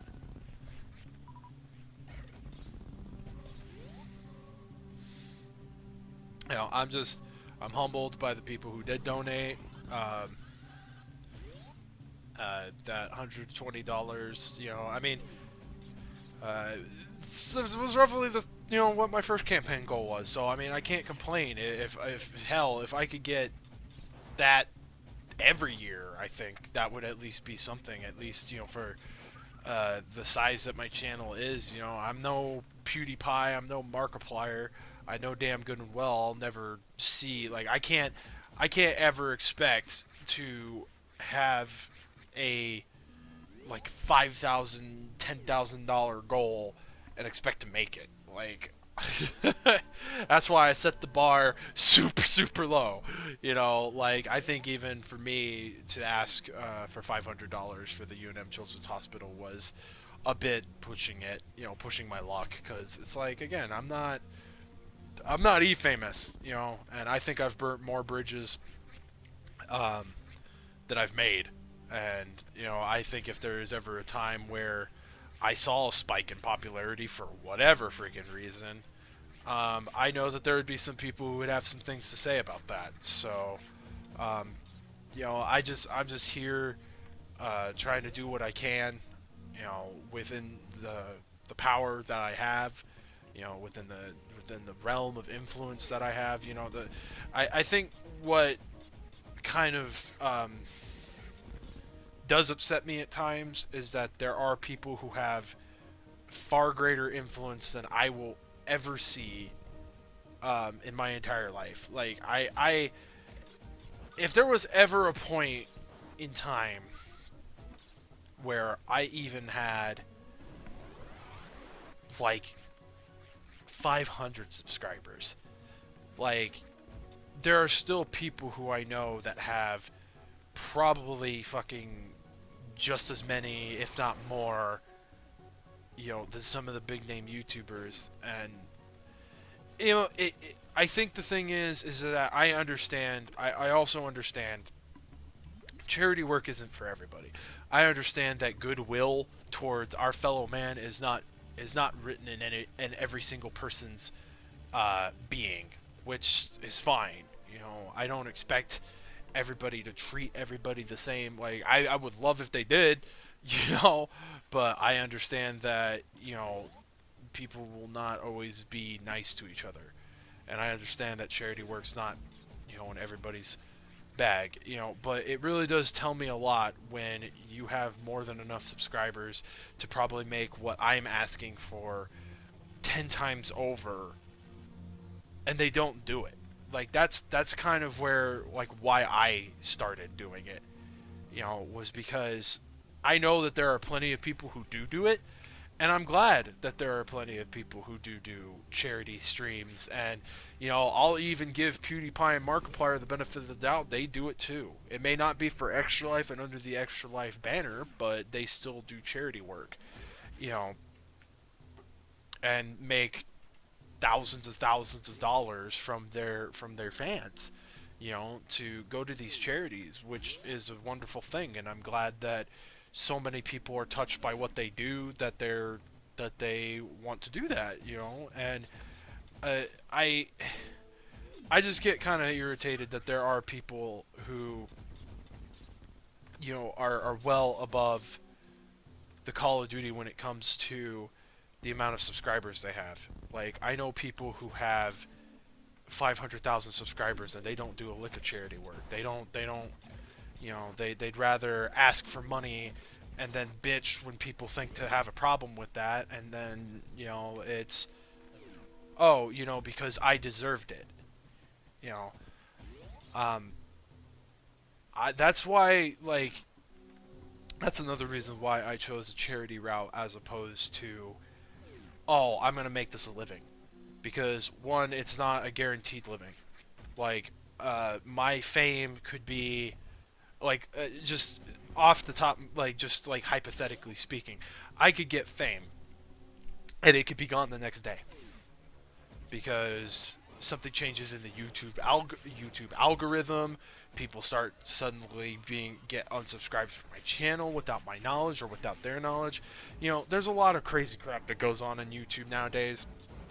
Um, the thing about it is too, though, playing games to me, like, um, I would never want to ask money to play video for, like, you know, ask for money to play video games.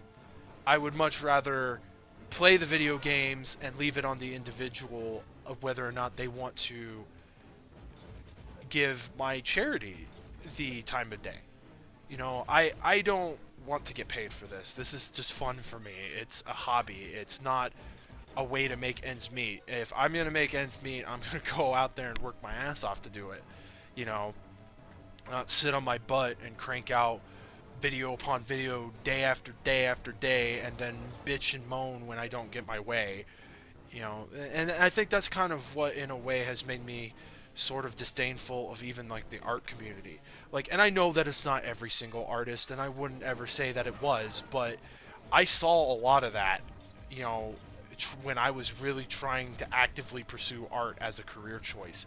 I saw a lot of people who would, you know, charge $100, $200 commissions, and people will pay for them, and that's fine. You know, if you like the art that you're being given, fuck, by all means, pay for it.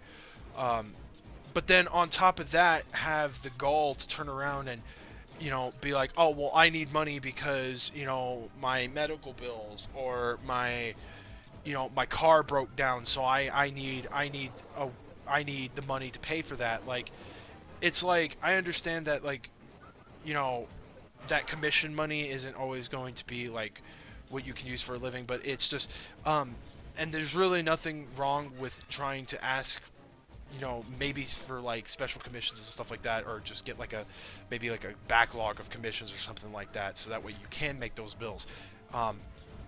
People got to eat, people got to live, you know, I get that. No, my thing is that people who got mad when people didn't donate, you know, which I saw. And I think that irritates me more than anything, because you shouldn't be mad, because again, that would be like me getting upset that people don't donate to my Extra Life. I'm not going to get upset. It's on their goodwill. It's on their conscience whether or not it's their choice. I'm like, that shouldn't be something that you get mad at. Like, it should be on a person's choice. Like, you shouldn't get mad that, you know, people all have shit going on in their lives. So it's like, not everybody can just drop $100 to $200 on a commission, let alone, you know, just drop money when asked, you know. But, you know, even if I ever saw a day where I became famous, I would never want, I would never ask for money, and if I was making money, it would go to charity.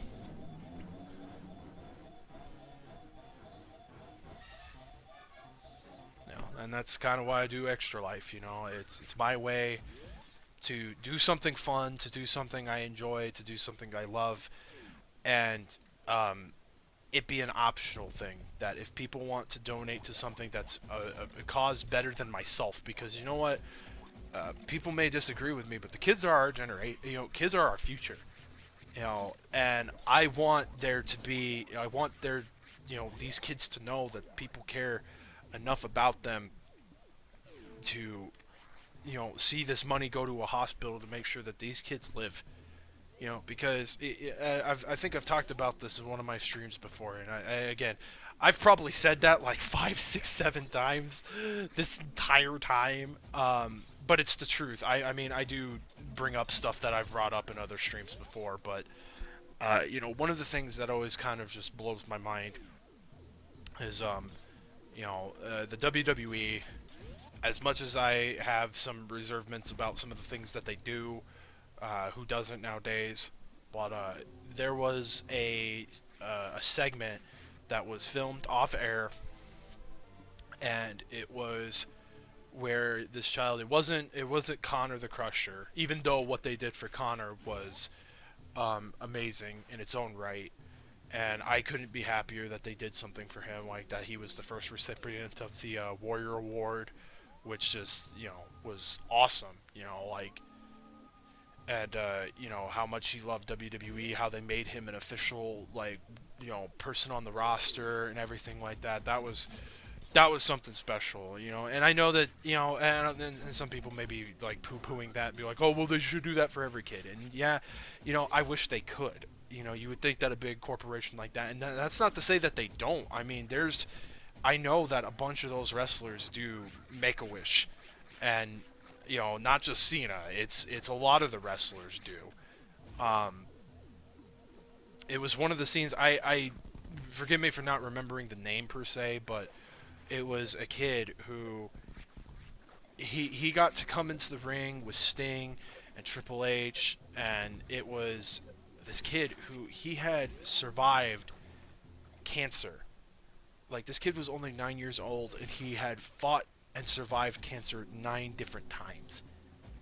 So that means literally every year of his life, if you look at it that way. I don't know the actual specifics of if it was every single year or if it was just like once he got it, it was kind of like it kept coming back. But to sit and have to go through that, like, I can't even begin to imagine how the parents were. Like, that's got to be just absolute hell on a parent, like, to see that your child, I mean, that's just amazing to me in many ways, that he was able to survive so many times. And I saw that, and that was kind of where in my mind I sort of grew this thought that you know I don't think kids should have to suffer through shit like that. I really don't. Like, they're kids. They should be able to grow up. Like, I don't even think teenagers, let alone anybody, should have to suffer through cancer. But I mean, it's an unfortunate thing, and we're slowly but surely, I mean, we're making so much progress in you know towards cures and stuff for things like that. Um, Damn.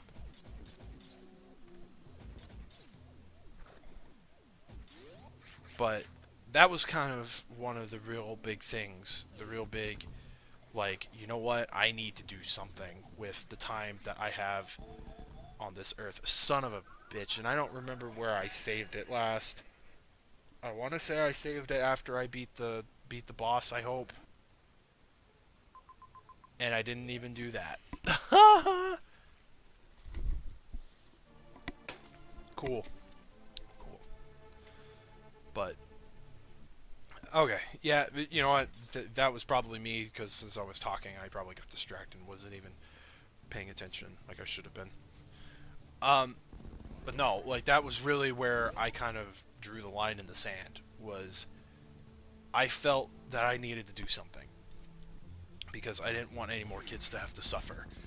And it was kind of a combination of things, because there were already people suffering, and there people are still are, and it was just, I wanted to do something, and that's why I chose to do it through Extra Life, to use probably my biggest passion, the one thing that's, in many ways is the only thing keeping me here on this planet, because it's tough at times, especially with just everything that's gone on in my life. And not to get too personal, but it's been tough. Like, I think I've had it better than some, probably many. I've had it better than many.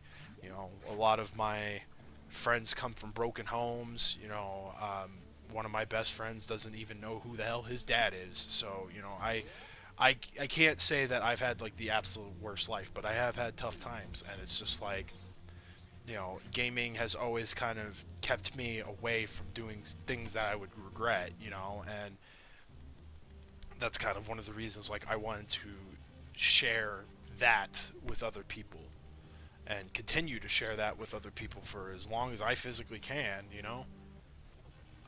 so even if all I got in a campaign goal was $1, even if that, I know full well that these campaigns could very well bomb. I'm not in any sort of state of denial or saying that nah, these things will always be a success. That's not true. I know that's not true, and I know that just like anything else, I could very easily um, fail. You know, I mean, I certainly don't want to, but beggars can't be choosers, and I certainly can't control what people choose to spend their money on. Even if I think sometimes the people who spend their money without thinking and just give it to random people on the internet just because her der. Like charity's one thing, but just to give money to someone on the internet without any sort of rhyme or reason, just cause. I think that's kind of just a little idiotic in my opinion. Like you know, because I don't know about you, but I wouldn't want people having some sort of like information of mine, you know, just cause they're cool or oh they said something nice to me on the internet, you know.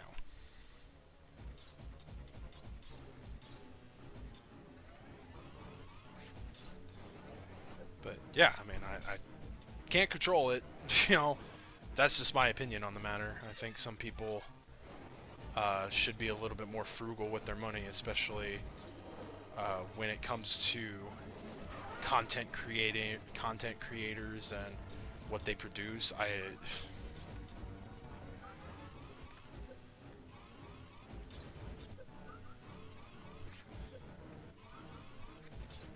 I do have to kind of wonder though, how I mentioned it earlier. I wonder if people are aware that the YouTube algorithm has changed, how these YouTubers are getting paid, because I've heard that it's changed like again, because originally it was like um, number of views, then it would change to um, number of minutes watched or something like that, and then now it's like number of likes and comments or something like that is now what determines these people's like money that they make, which is kind of crazy when you seriously sit and think about it because I know some of these bigger YouTubers, they might get, millions of views.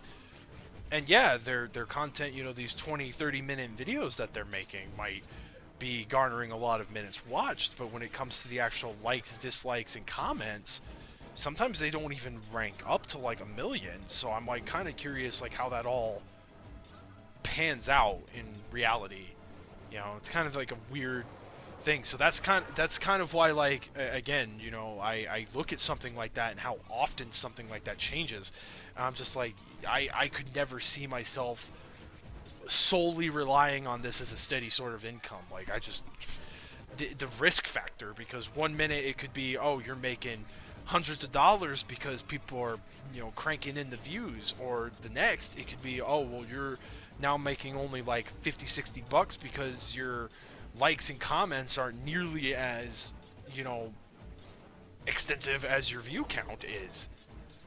Because I've seen people who have watched, like, I've seen videos with millions of views that have, like, maybe 1,000 likes on them. Like, and maybe, like, 100, like, maybe 700 comments. So, like, how that affects, like, I don't really understand the brunt of it, and I'm not really ever going to get into it. Because, again, if I ever suddenly spiked in YouTube fame, I wouldn't even care. It would be more like, oh, I'm doing this for fun. I'm doing this as a hobby. It's not a job. You know, um, whatever money I do manage to get out of it would go to charity. That was, and that's still a goal. I mean, I said that. It's probably in one of my deleted videos or whatever. I'm pretty sure I said that in a vlog freaking years ago. That if I ever, for whatever reason, started to see a source of income, or a steady amount of traffic to my videos and all that I would take and put that money towards a charity and probably put it towards my Extra Life campaign. You know.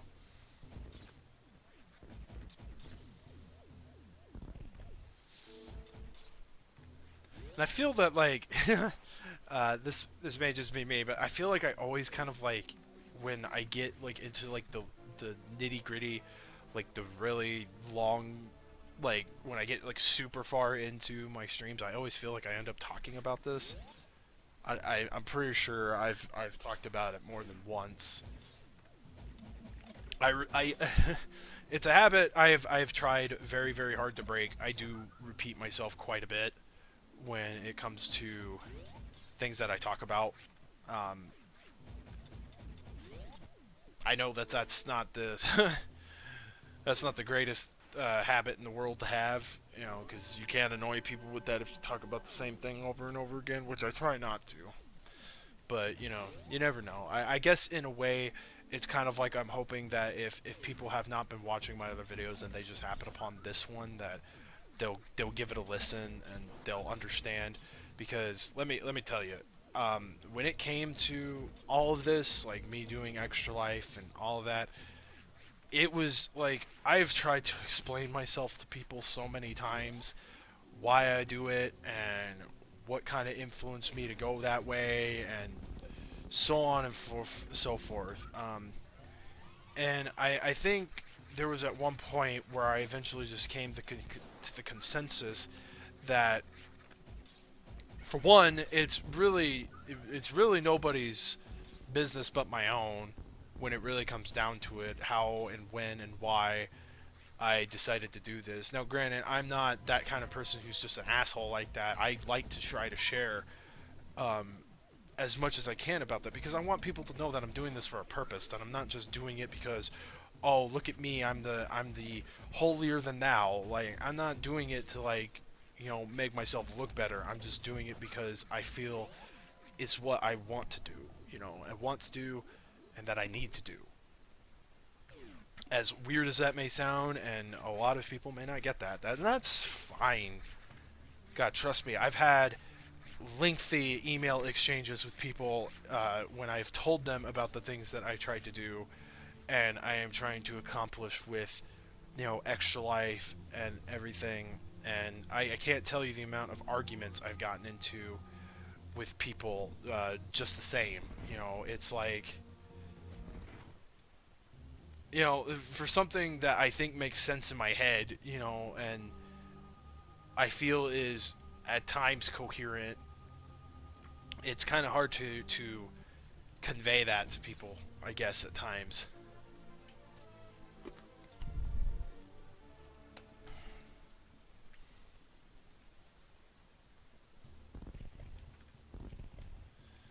Which I don't know about, you know, you, but it's like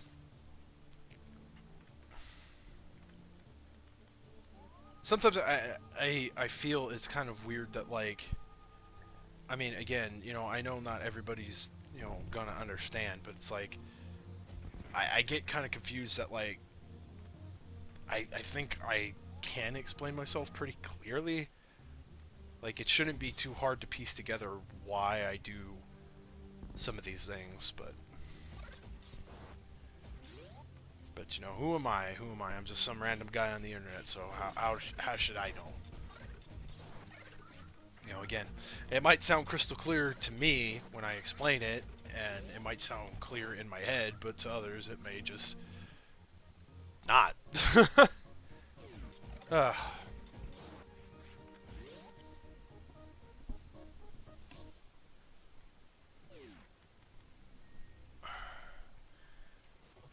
okay. Give me one quick sec.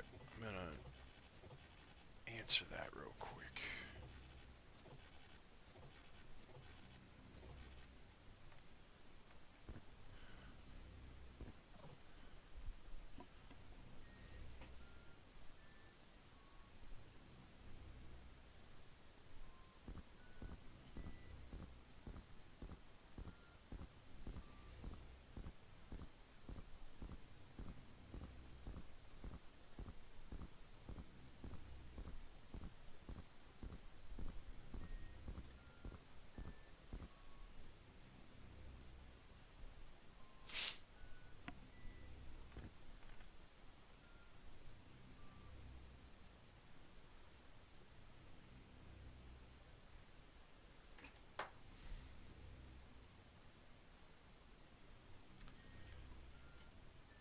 Anyway, for those who have stopped by, for those who are currently watching, I hope you've been having fun.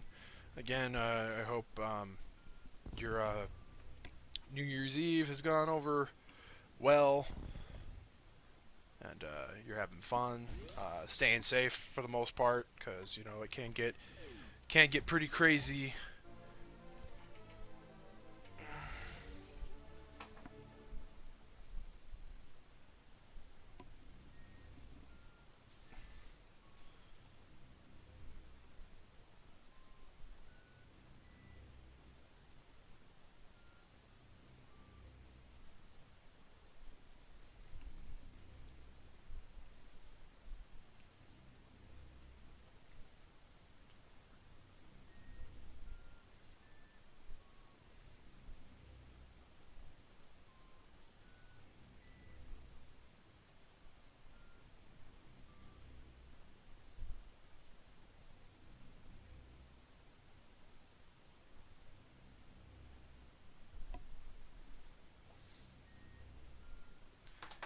Okay,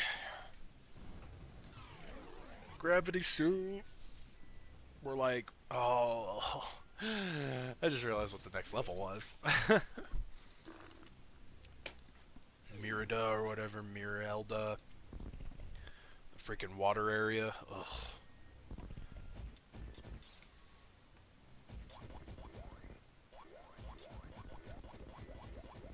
I don't think I've ever mentioned this, but I think one of the very first times I ever tried to do that level, I tried doing it without the gravity suit, not realizing that it's a hell of a lot easier if you have the gravity suit. Oh man.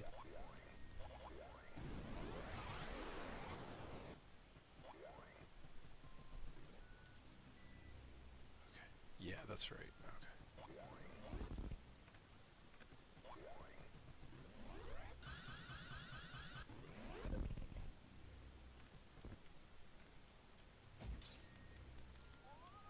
It's a reserve tank, right? Yes. Yes, it is.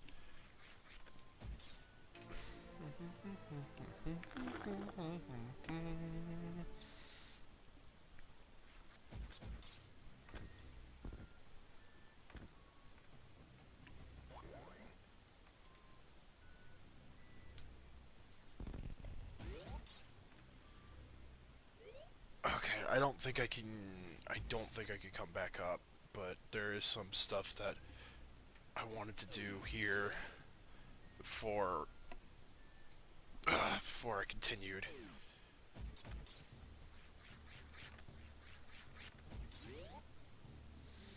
Go save it for one. That would be probably the smartest thing to do, just in case I die again. So I died twice. Well, so far the only one I did not die in, even though I had to use a password to continue because my freaking system turned off. Um, was the first Metroid. That's the only one I didn't die in. It's weird because I know this one really damn well, so I'm kind of almost shocked at myself that I died. There was another pathway, right? God, my head. Ugh. I might take a small break and go, like, maybe get some aspirin or something. 'Cause my head's been pounding a mile a minute.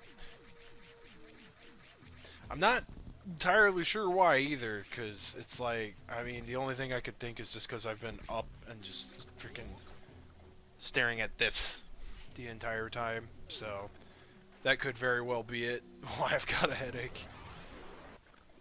Probably. I mean, I can't think of anything else of why I would have a headache. Yeah.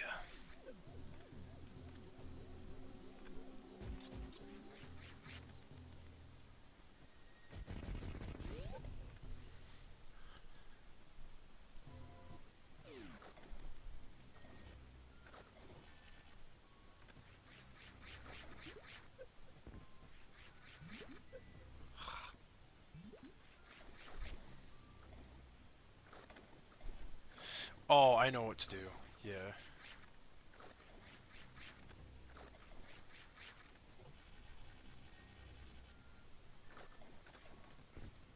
Hey, that's always good.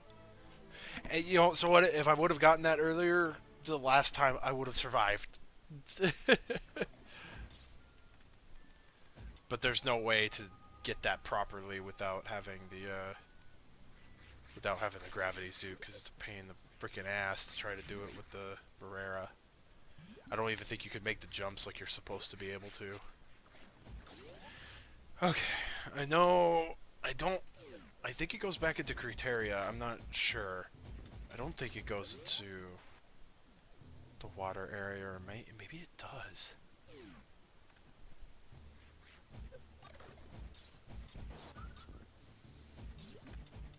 I don't want to go the back way though. I want to go the front.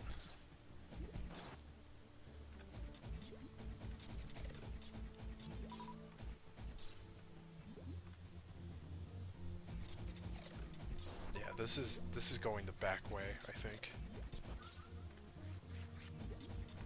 Kind of close to where I think the plasma beam is, but you can't get it until after you beat the squid thingy. Okay, yeah. So let's backtrack and let's go back through Crateria. Go charge up at the ship, and then we'll head down through the area where you get the power bomb to Bryn Star. That's the fastest way to get there. Yeah, because if I go the back way, I'll just I know this game really well, but if I go like some back way into the area, I'll just confuse myself. Plus, this isn't about speedrunning, even though it is going. It's 5 o'clock, going on 5:30 here my time. So I hope to get this done. Hopefully within the next hour. I would hope, because Fusion's gonna take me probably 3 or 4 hours, give or take. Um, more than likely, I can guarantee that that's how long it's gonna take. I mean, we'll kind of have to wait and see what happens, but I'm pretty sure that that's what's gonna go down. Okay, I thought there was a pathway. There is. There's a missile tank or something over here.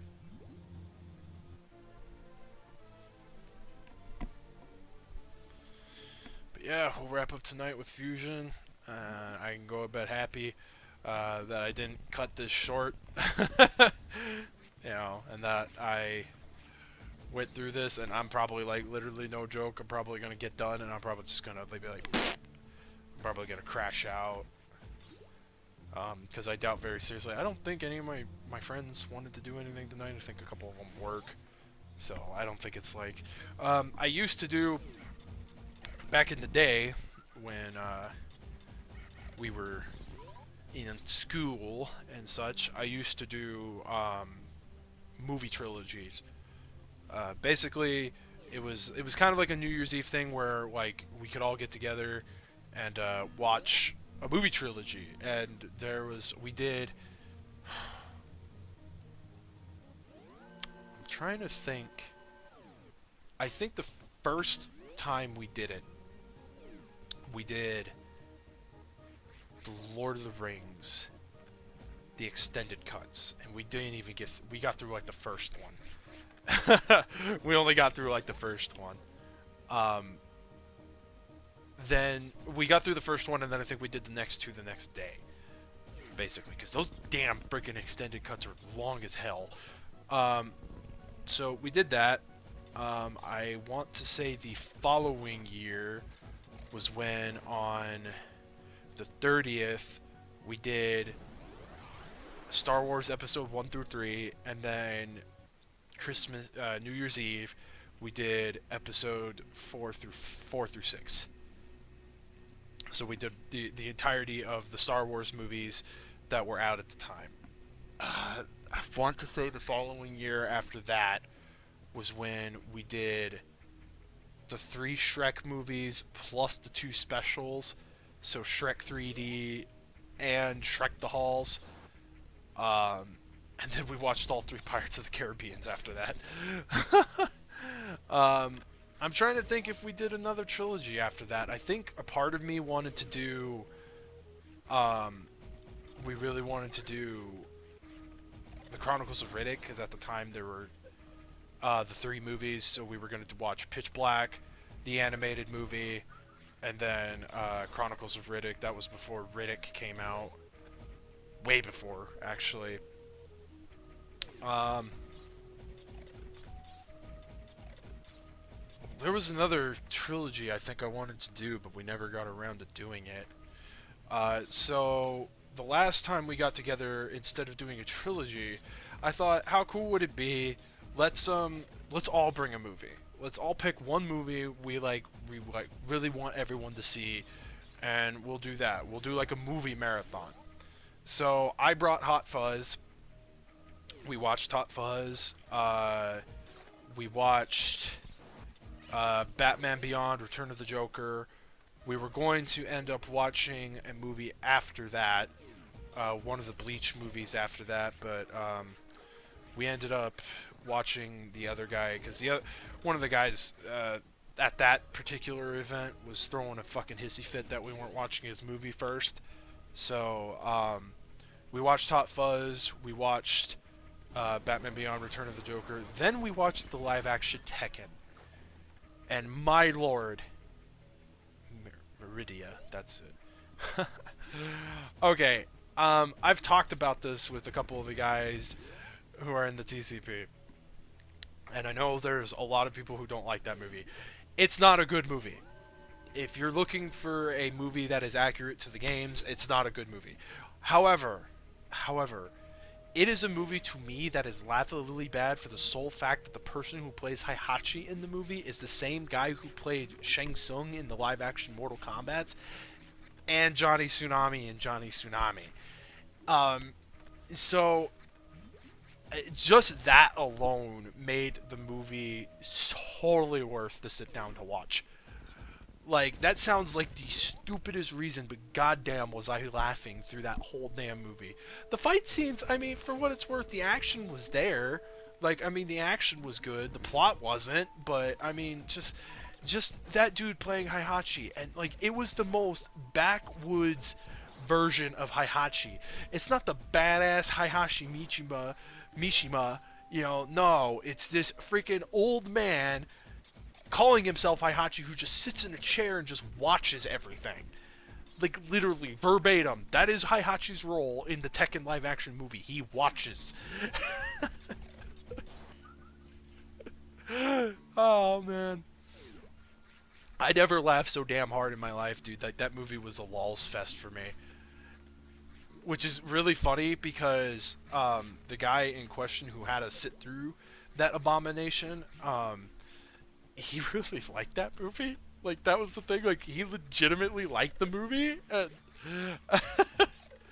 you know, and we were just, oh man, it wasn't just me. I mean, it was like me and everybody else. And it wasn't, we didn't do that to spite him, much contrary to what he probably thinks. But it was just, we fucking were laughing so damn hard just because it was just so ridiculous. Like, it was ridiculously bad. It was funny. Like, it's not like, oh well, because here's the kicker. You know, we watched that, we were laughing our asses off, right? Well, then we decided, why not watch this movie? Okay, so for those of you who I just I didn't realize you guys were in the chat. How's it going, guys?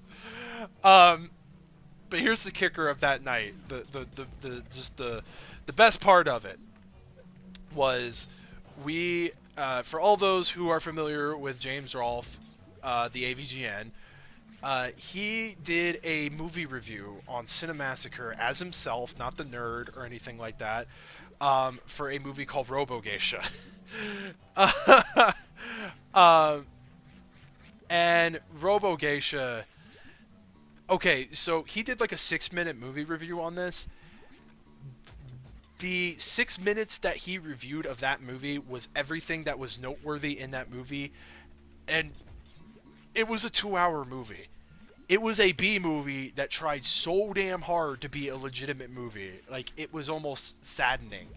But yeah, that too. Oh my god, just that freaking that was a snore fest. Like, so much so it put my freaking brother to sleep because my brother was with us and he was freaking watching the movie. And yeah, he just passed out. Like, he was just like, yeah, none of us were having it that night. But yeah, we sat through that torture. I would say if you had to be locked in a chair and forced to watch either one of those, freaking pick Tekken. Like, at least you'll laugh. At least it's so bad it's funny. Like, Robo Geisha was just so bad it's bad. Like, it's just, it wasn't like, again, the 6 minutes that James Rolfe reviewed of that movie were the noteworthy parts of that movie. Like, that's pretty damn sad when a 2 hour movie can only hold your attention for 6 minutes of it. And this is the way to go, right? I'm gonna feel stupid if I'm trying to make this stupid jump, and no, it's not. Damn it, you come up in the round. Freaking stupid. Trying to make this stupid crazy jump.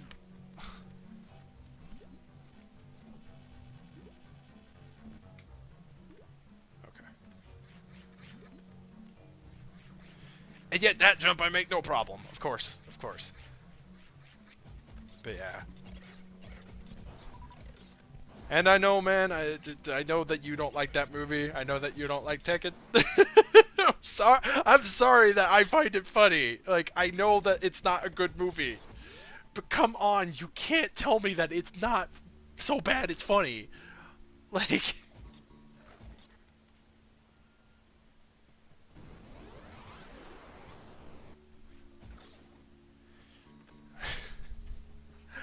I really need to rewatch that movie just for shits and giggles, just to freaking. We were going to me and the guys in the TCP, but I don't know whatever happened to that. I haven't been informed about when we were supposed to do that. Sit down and watch that movie. Um, Hopefully it wasn't while I was out of town, because that would have sucked. Because I really wanted to be there for that. Because I know one of the guys really wanted to hear me laugh my ass off at that freaking movie. The really sad thing is that I bought it on DVD. Like, I found it super dirt cheap at a freaking used video store, and I bought it just cause that freaking. Oh my god! Like, I laughed so fucking much at that movie. Now the sequel. Let me tell you about the damn sequel. You watch it by yourself.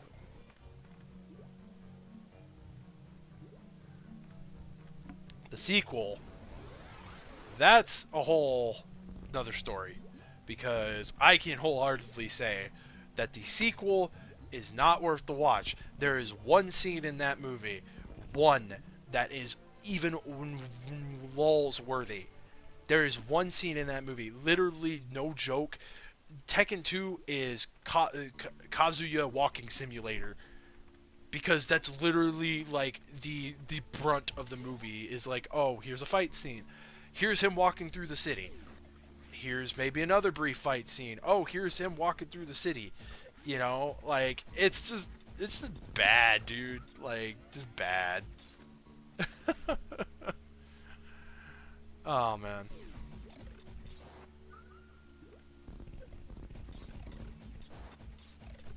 And watch. Somewhere down the line, I'm gonna get some random person freaking come and bitch me out because I said that freaking the Tekken movie, uh, that the first Tekken movie is laughably bad and then the sequel's bad. I'm gonna get some random pleb freaking telling me that I'm wrong. I get that a lot though. You know what makes me laugh is I have a video of me and my friend Carlos, who is known as Zacton here on YouTube, who I have uploaded quite a bit of fighting game match sets with him, from various different fighting games, from Skullgirls to Street Fighter, and I have a upload of me and him playing Dead or Alive 5 Last Round. This is from a year ago. It's been a year since I uploaded this video. Freaking about like a week or two ago. About a week or two ago, or maybe a little bit longer than that. Um, I get some random freaking message on that video, and the dude's basically bitching out the fact that my buddy Carlos, he's like, he's playing Brad wrong. Yeah, says a guy on YouTube who has 0 subscribers. Yeah, I know damn good about what you're talking. Like, you got to remember this was taken a year ago when I first got my PS4. I hadn't had my PS4 for very, very long. Dead or Alive 5 Last Round was one of the first PS4 games I ended up getting, just because I liked Dead or Alive.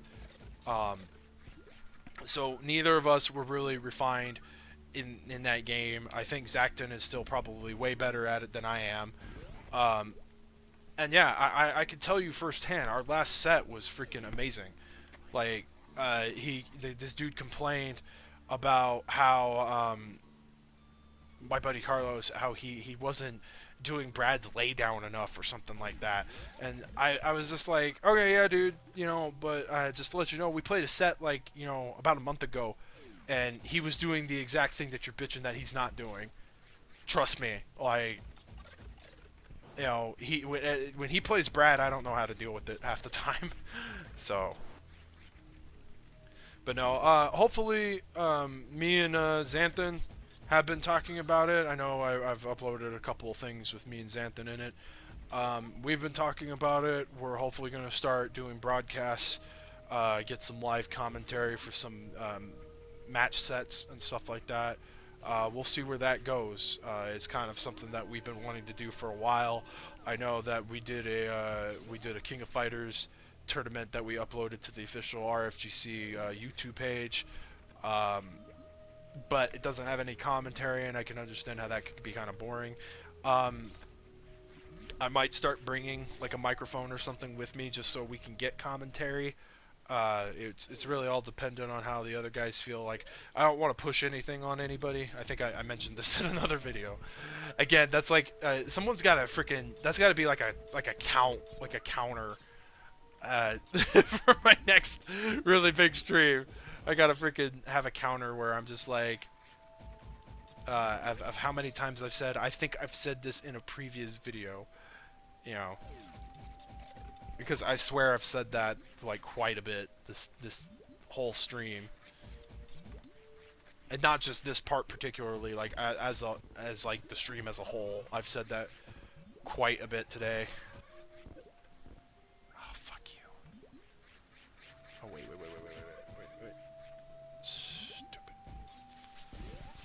Stupid fucking pink pirates. Oh, this shit, you gotta do this shit with the freaking turtle.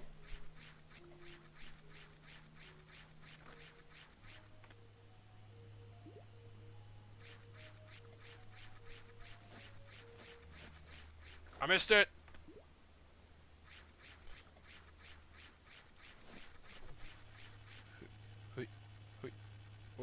Yep. Yep.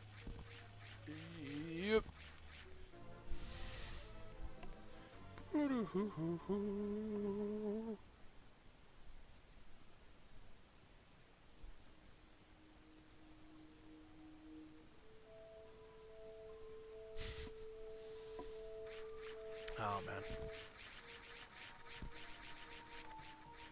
It always amazes me that like the whole point of me mentioning that thing with the person commenting, it just amazes me when just like a video has sat for like a really long time on my channel and just like no one commented on it like right away, but just out of the freaking blue I'll get somebody that comments on it, and it just blows my mind. It's like, how the hell did you find my video? For one, I'm not a big YouTuber. It's not like freaking, I've got some sort of name to myself. Maybe in some circles I do. I don't know.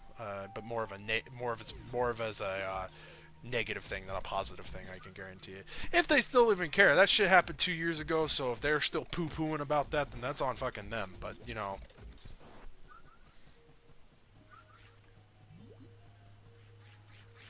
sorry that I just don't bend a knee to every damn YouTuber who has a subscription base. You know.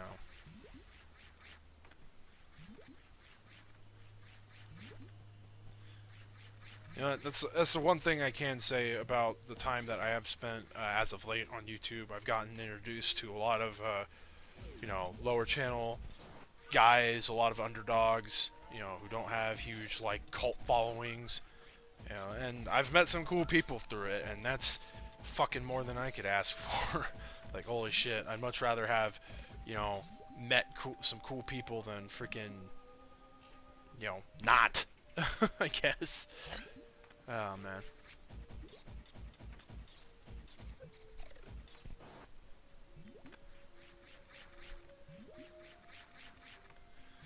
It's completely off subject, but that is something that does kind of amaze me a bit, as like how long people can hold on to shit. You know, I've burnt bridges. Like, I'm not gonna lie, I'm not gonna sit here and say that I'm a saint, because I'm not.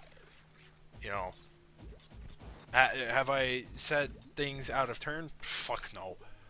Um, maybe at times. Well, no, I can't say fuck no. I'm saying maybe at times, but I think a lot of the freaking burning of the bridges was just stupid fucking reasons.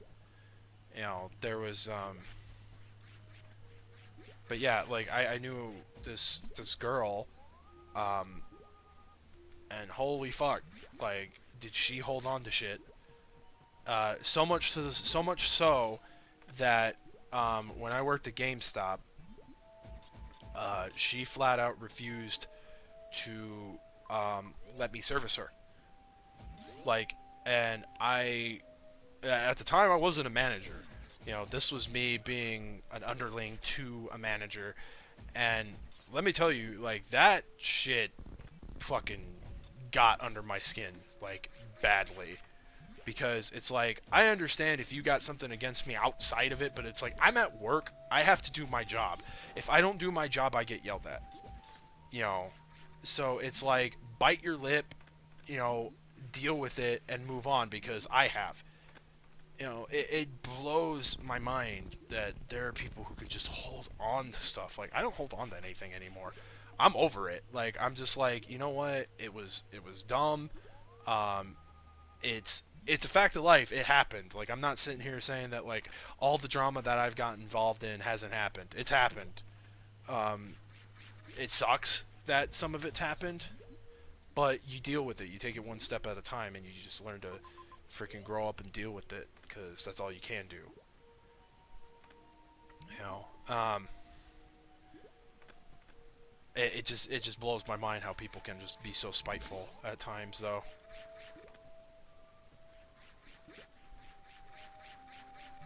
But again, a lot of it's all internet bullshit anyway. So, okay, I thought that there was. Oh God, my head. Oh.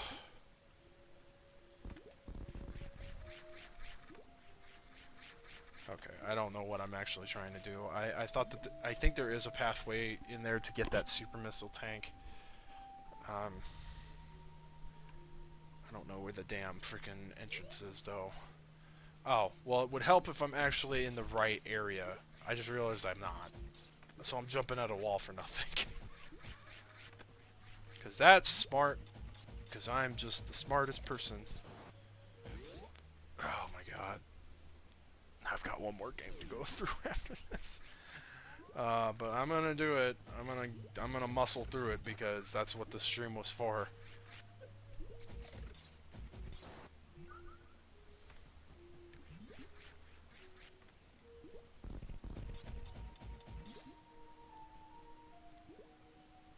Okay, seriously? Yeah, I knew it was there. Okay.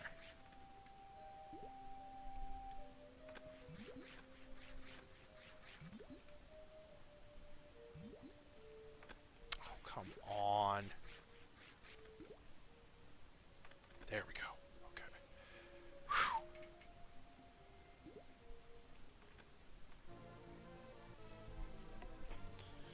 Speaking of the internet drama, it kind of makes me wonder if any of the people who have had issues with me keep tabs. It's something I think about every now and then. And, I mean, if they're spiteful enough to freaking do that, um, and for whatever reason give me a view count just because they're trying to like keep tabs on make sure I don't say anything negative. Her her her. You know, if you want to sit, you know, however long this stream's gonna be, the 5 hours this stream has been, just to see if I'm, you know, not saying anything bad, you know. I guess, be my guest. Like, I don't fucking care. I don't fucking care. And now I'm getting to the point where, like, you know, I'm gonna start saying really random things because my head hurts. And yeah, I tend to kind of get a little weird when it gets late. Well, it's really not even that late. It's just I've been streaming for so long, so I'm starting to become, like, non-coherent about what I'm saying.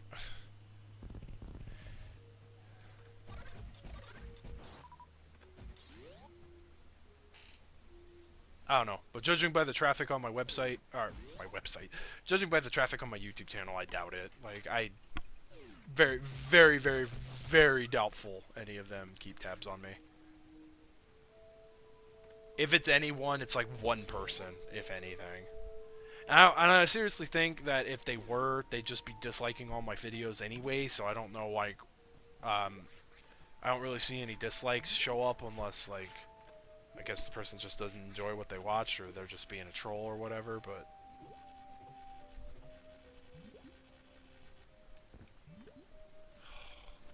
I hate this part. I hate this part with a passion. It's the only part in the freaking game you gotta freaking do these crazy jumps with the freaking grappling beam. And I missed. Oh, you should just let me do that. If I could actually pull this jump off, I'll be freaking so happy with myself. Oh, come on. Come on, you gotta just hit, like, 1 pixel underneath that.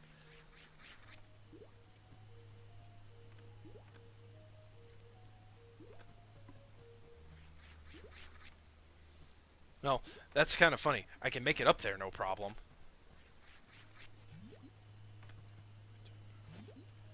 Okay, so obviously, why don't I do it? Can I seriously not reach the freaking... Okay, you know what? I retract my statement. I now know why they didn't revisit the grappling hook.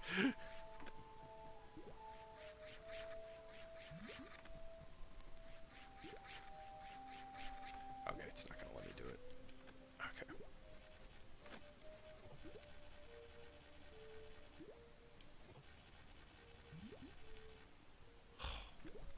Couldn't just let me do it my way, game.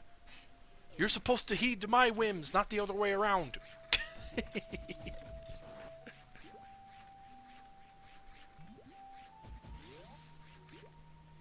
Oh, yeah, I'm definitely gonna have to get up here in a minute. Freaking go get some aspirin. I don't know why my head hurts. No, I've said that already. And I've also said that I think I do know why. Pretty sure I know why. Wait, is this the way? No, never mind. I thought this was the way to the freaking plasma beam. I was like, I can't go get it yet, so that's done. That's not a good idea.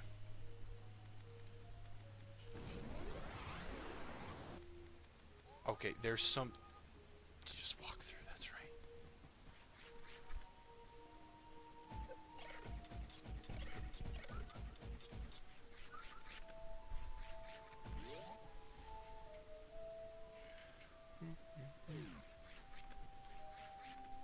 I don't... I'm scared I'm, like, going somewhere where I shouldn't be. Oh, no. It's for items. Okay, that's good. That's good.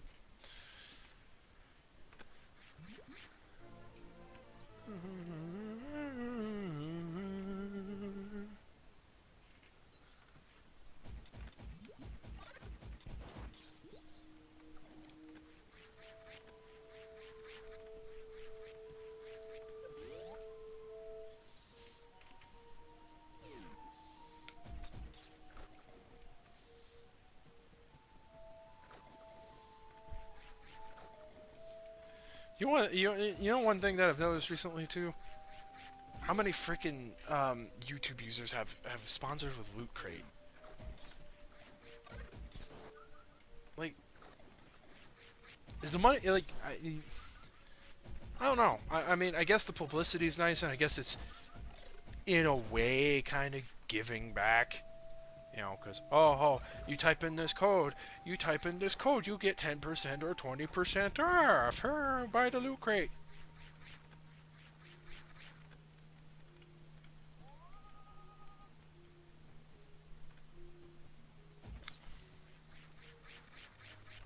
So my question, I think, is more: is Loot Crate the easiest sponsor to get? Because it seems pretty easy to get Loot Crate to sponsor you. For whatever reason. I don't know why. I've never bought a Loot Crate. Um, I know people who have, and I think they've enjoyed it for the most part. I mean, it's kind of a neat little idea. There was a crate service thing that kind of rang a bell with me at one point, but you know how those things work. Okay.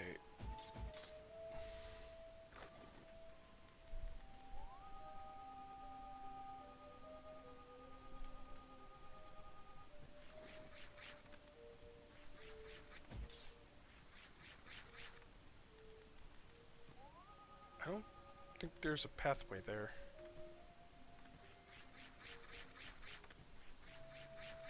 It may just be because my head hurts, but I don't think I don't think I'm going the right way.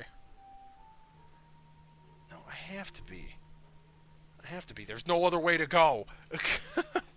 Oh no. Yeah, there is. Yeah, there is. I remember now. It's all coming back. It's just because my head hurt. I'm freaking stupid. There's another way. There's another way.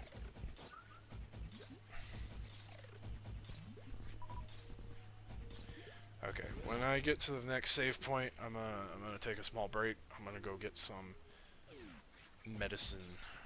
Freaking get my head fixed.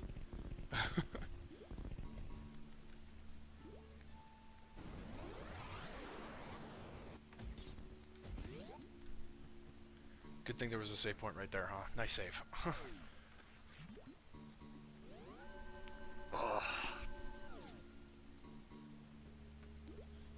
Alrighty. I will be back momentarily. So, again, as always, here's some music for you guys to enjoy.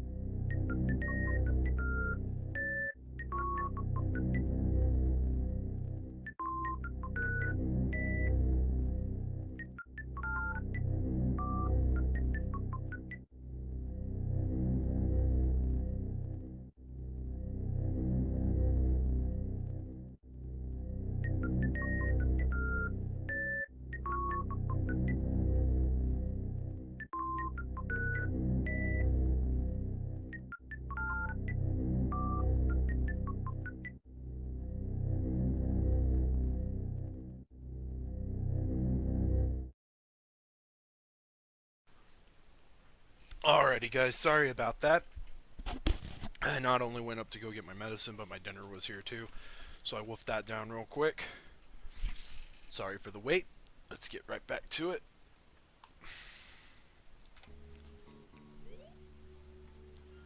Oh, yeah.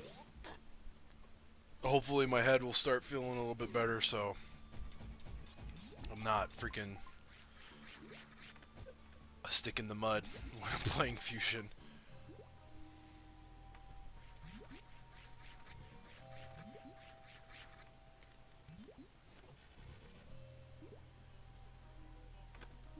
Hey, isn't that the way to go?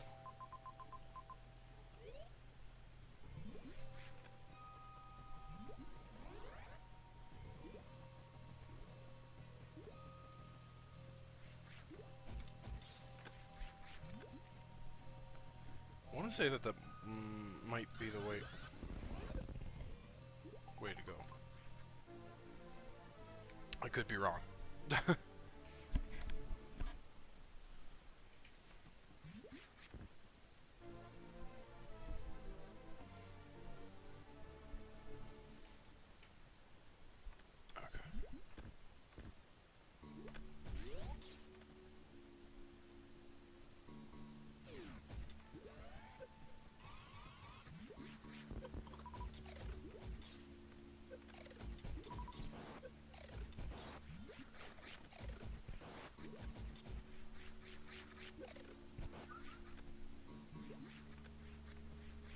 Yeah, I want to say that that's the way to go. Okay.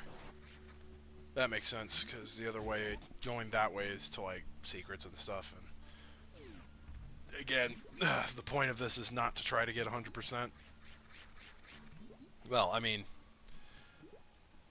getting as many of the items as I can is nice, but, it wasn't priority to get the, to get 100%, is what I'm trying to say. Because if it was, oh boy, I would have had to start yesterday. Because there's no way in ever living hell I would have been able to be as far along as I am, freaking at the time that I am.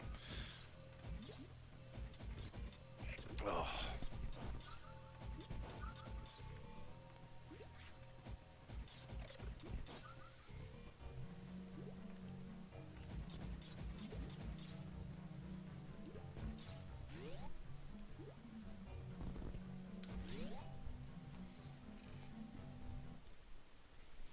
Sub boss time.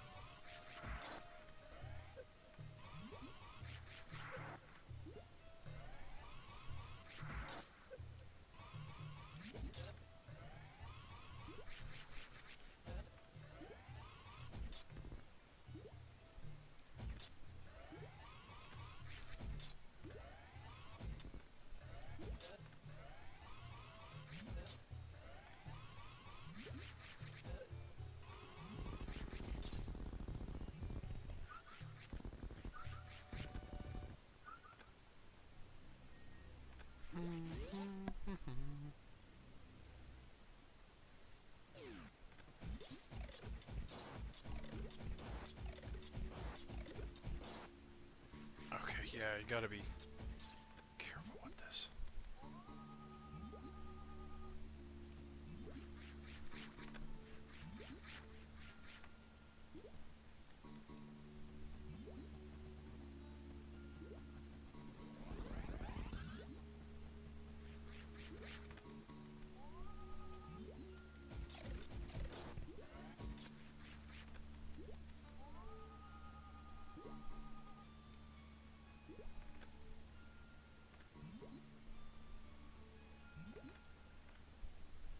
Damn it.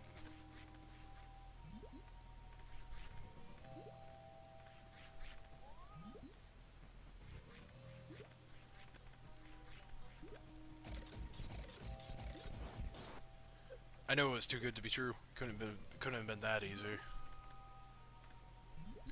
Where was it? Right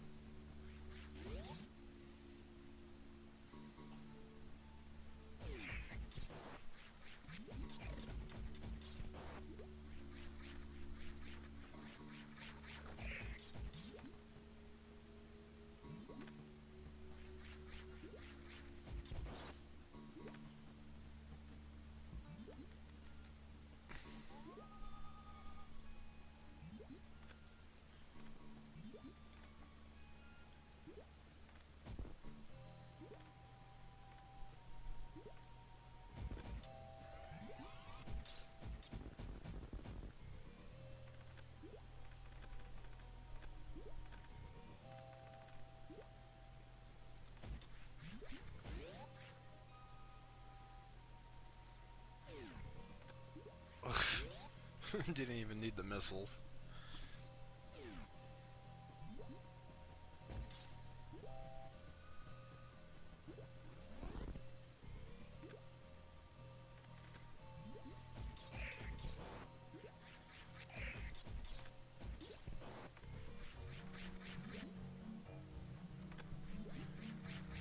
Come on.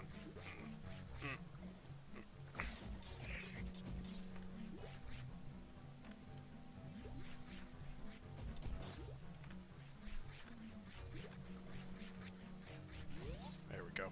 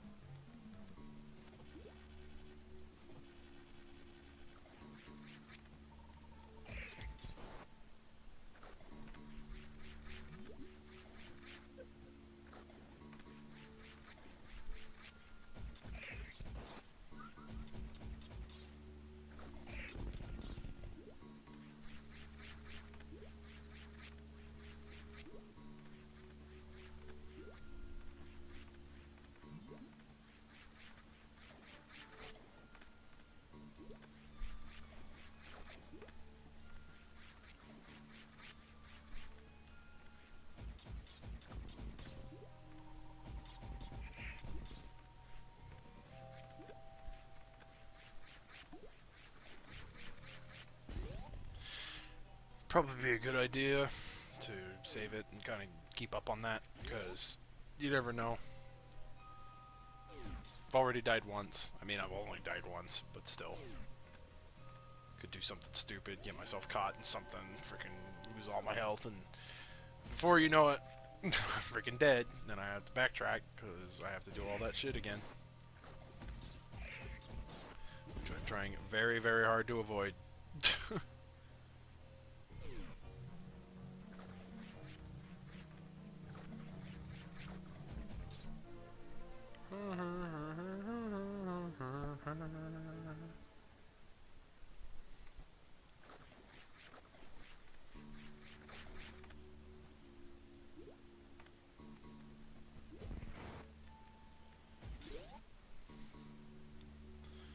Okay, this guy you super missile the crap out of.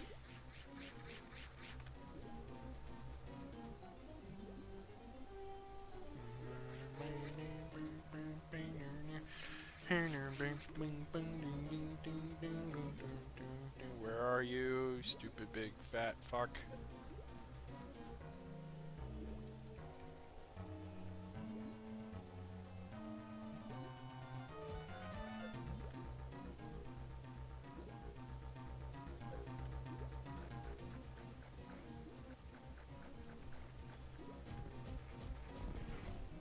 Ah, you stupid freaking giant piece of crap.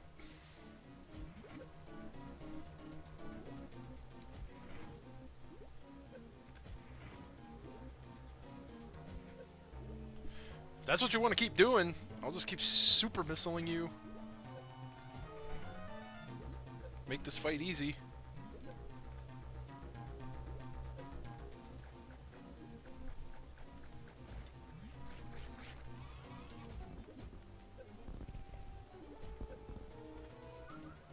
I have no idea what I was trying to do there.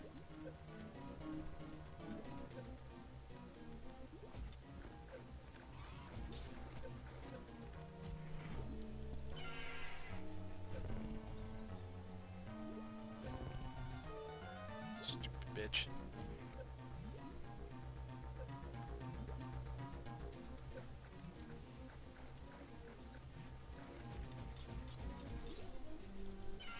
Come on!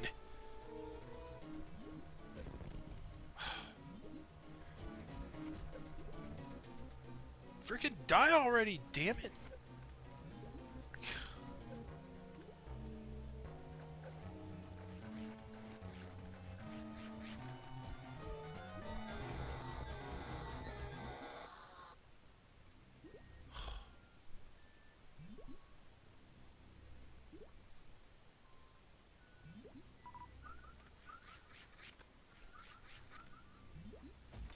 Stupid freaking monster.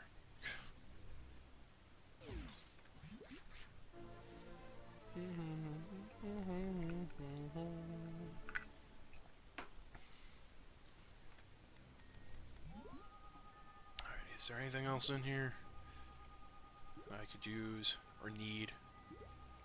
No, don't think so. Okay. Let's go get the plasma beam, and then we're gonna go freaking wreck crate, not crate, Ridley shit in. Okay,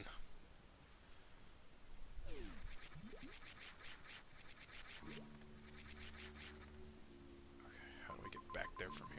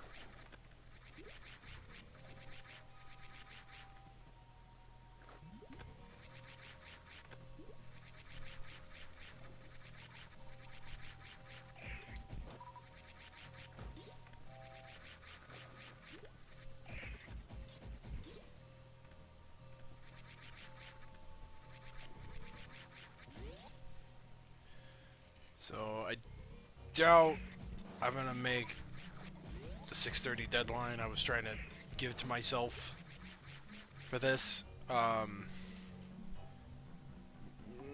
Might take me till 7 my time. I don't know. All I know is I'm gonna be freaking tired as hell by the end of this. I can't remember if fusion goes along faster or not.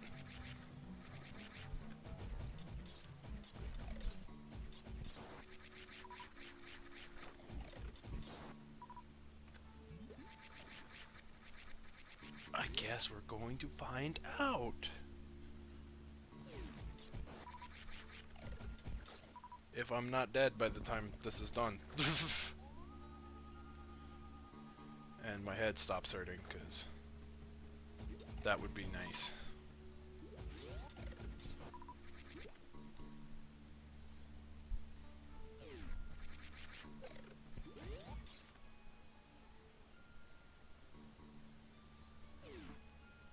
Oh, okay, cool. This led me to the area I needed to go to where I could go get the plasma beam.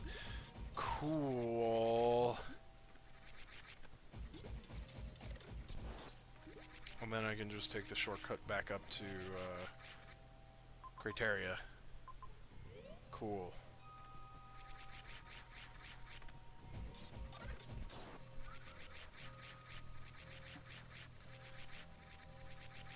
Oh, actually, I think that shortcut is going backwards. Goes up to the ship.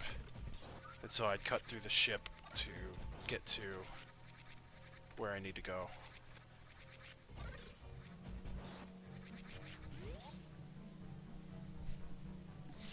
take the shortcut back down to Brinstar and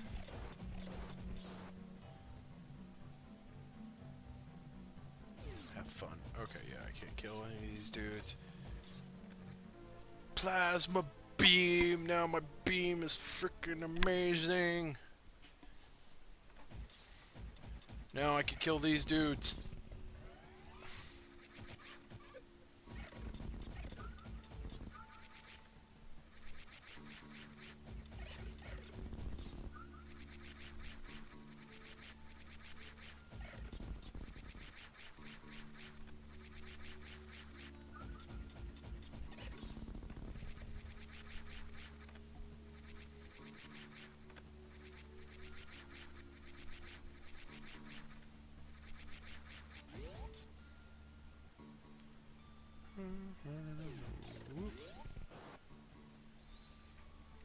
Plasma beam has piercing.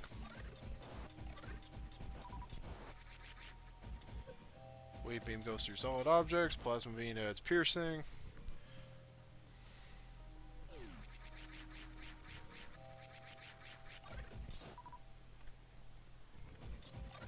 So that's why it was so much fun to use in Metroid 2. Okay.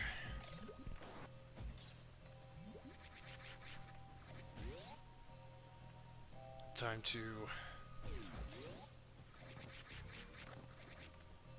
try to play the game like I got a rocket in my butt so I can move fast and try to get through the rest of this. Because we still got fusion. Man, I think that's kind of why I kind of kept it all the other streams at like a 5-hour time limit, because holy crap. Now I know how those freaking 24-hour gamer dudes feel. Like freaking the guys who do the freaking stream for the whole damn day. Like holy crap, it takes a lot out of you. Like you wouldn't think it would, but it just does. It's just like, oh my god, like I thought I could game for a hell of a lot longer, because I know I've freaking had like 5-6 hour sessions where I just played nothing but Dark Souls. I don't know if it's something like maybe on top of the fact that like I'm streaming. Maybe the streaming part of it is like what's exhausting too, because it's like, you know, with game sessions just with myself, it's just like, you know, I'm not talking, I'm not saying anything to anybody specific, so it's like, you know, I'm not having to try to keep commentary up, try to make something that might not be so entertaining for the rest of the world.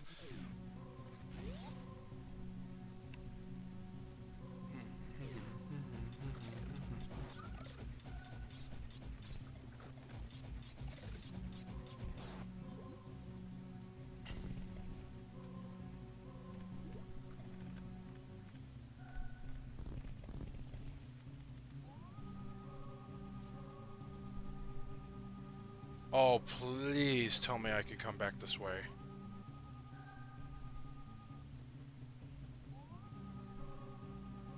Oh, thank God.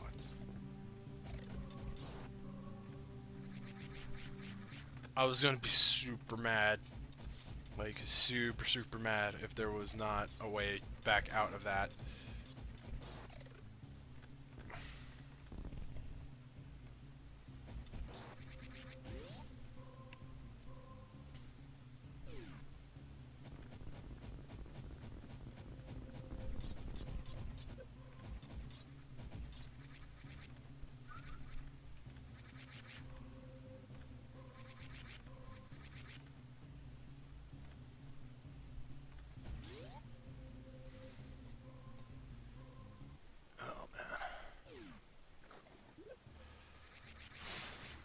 But you know what? I think the thing is that I'm gonna actually be proud of myself, because I actually stuck to my guns. I played through all 4 games in their entirety, which in of itself is pretty damn good amidst all the flaws. Cause let me tell you, when that freaking first, like the freaking turnoff happened in the first game, I had to I didn't have to redo, but I had to go out of my way to go get like a code generator just to get back to where I was. Like, holy crap, dude, I was about to call it quits there.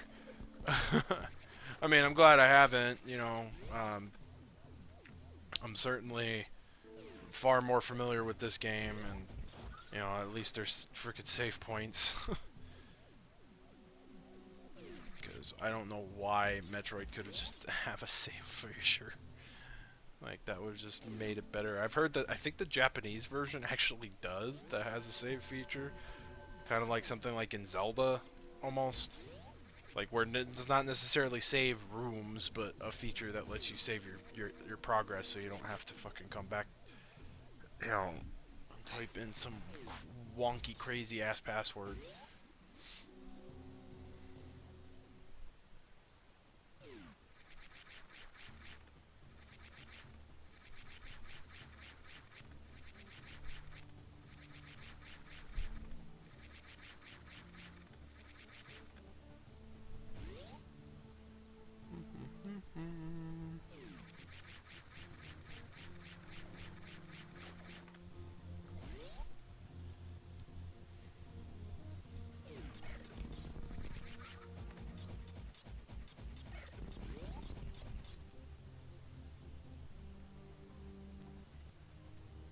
I think I'm running out of things to talk about or to say, which tends to happen. Okay, fine. Go the long way around.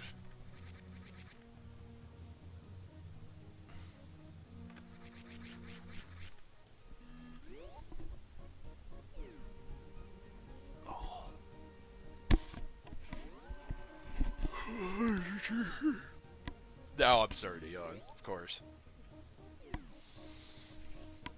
The headache's slowly reciting. That's another good thing. Oh, come on.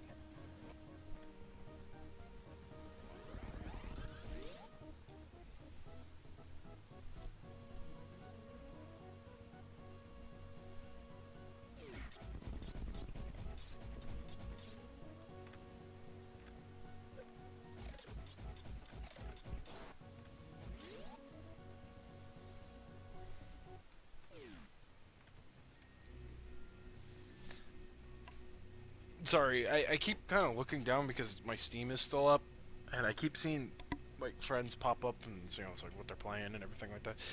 Keep seeing like two of my friends try to get into frickin' Call of Duty World at War. For one, I didn't know that that was even a fucking thing, that was on frickin' Steam.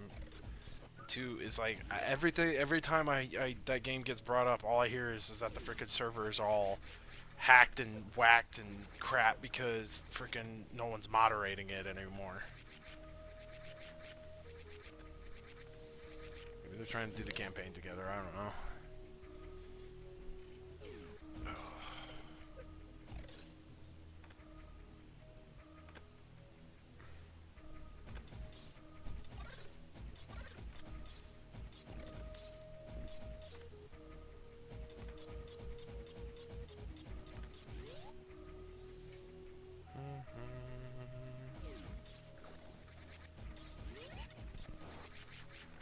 No. I can certainly say that when New Year comes around, expect to see a little bit more of me. Expect to see some regularly broadcasted stuff. Once my mic arm gets here, that's going to kind of clear up a lot of what problems I was dealing with before. Um, which is nice, which is going to be a nice, it's going to be a nice fucking thing. Let me tell you. I'm going to be so damn happy to freaking just finally be able to freaking just use a regular microphone. It may not be top of the line, it may not be the most professional freaking microphone I'll have, you know, but it has very nice audio quality from the time I plugged it in and to try it out just to make sure it worked. Um, so that's something. So I'm going to be looking forward to that. And, again, I'll probably resume, probably start doing more of my Let's Plays. I have like a whole list of games that I wanted to Let's Play because there's a bunch of crap that is not anywhere on YouTube. So I really do kind of want to stream a couple of those, or not stream, but do Let's Plays of those. Really want to get back to the PS2 dungeon. I can't tell you how damn excited I was to start that, and then just like I haven't I've only done the 2 streams, and I haven't finished Alien Hamid. Um, Mostly in part due to the fact that I'm lazy, but at the same time, of course, you know, like I was saying, my mic quality is not the best, and I wanted to have it way better for the streams, and less having to freaking edit out dumb freaking static and crap. That would be very, very nice, and that's kind of what I'm hoping to accomplish with this new microphone. So, yeah, definitely expect more from me. I don't necessarily know what I'll be like streaming per se. I guess that'll all just kind of depend, but we'll wait and see. I did finally get the remaster of Earth Defense Force on PS4, so I might end up streaming some of that. Um,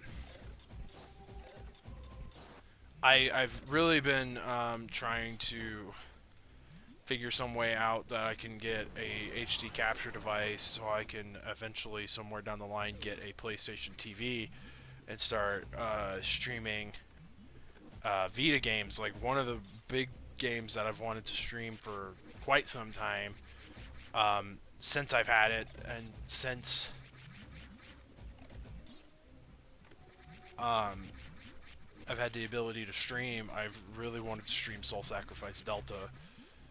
Um, we'll kind of have to wait and see where that goes.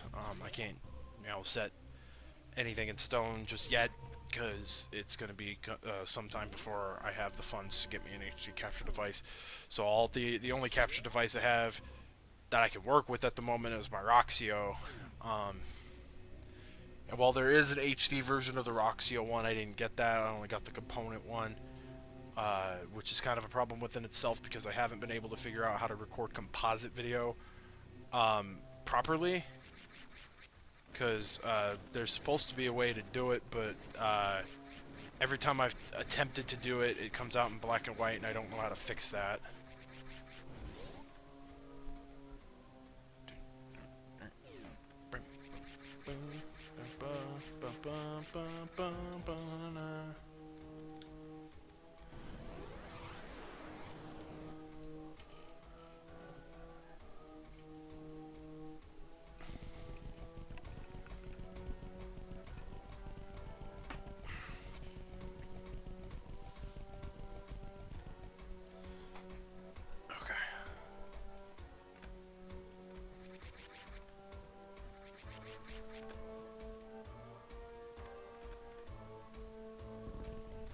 On the final stretch, so all we gotta do is freaking kill Ridley, and then go kick Mother Brain in the freaking face.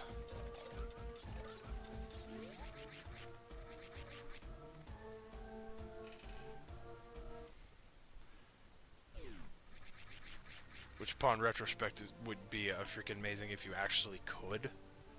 Just freaking roundhouse kick that freaking bitch in the face. That'd be amazing.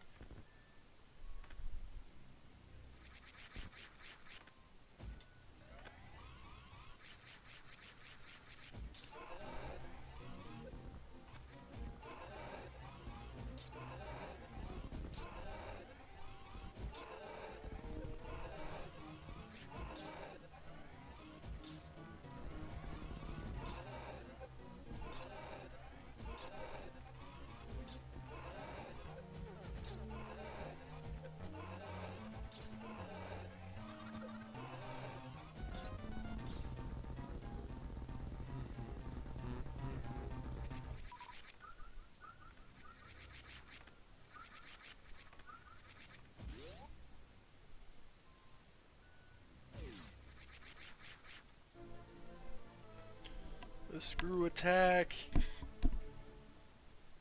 The third time I've gotten it today.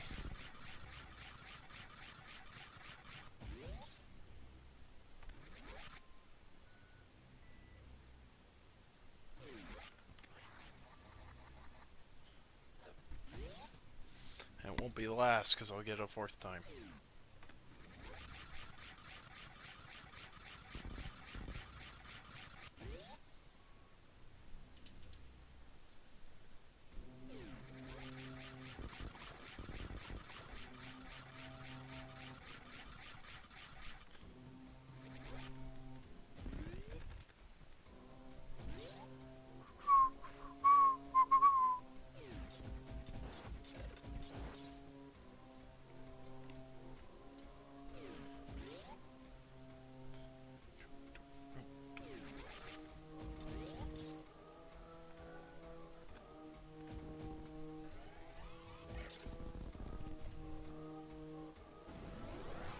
It's just the way back around, yeah?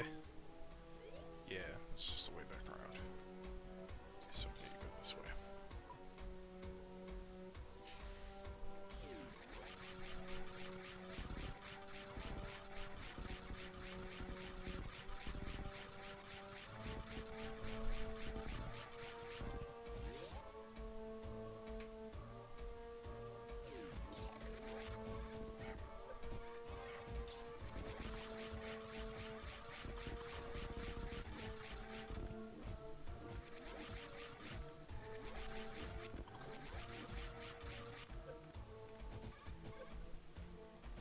Spin jump, please, Samus.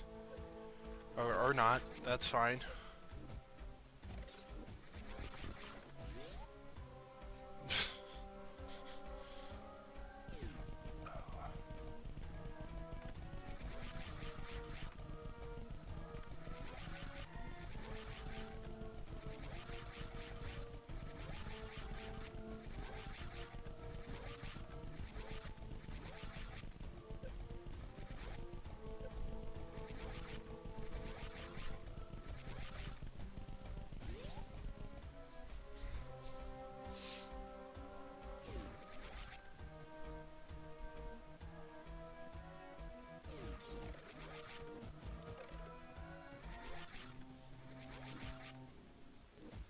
I don't think this is the way to go. I think this leads to a dead end or something, if I remember right.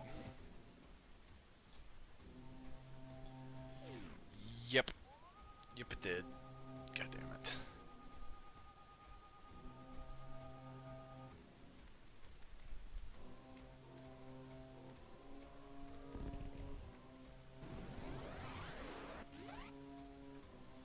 Oh well.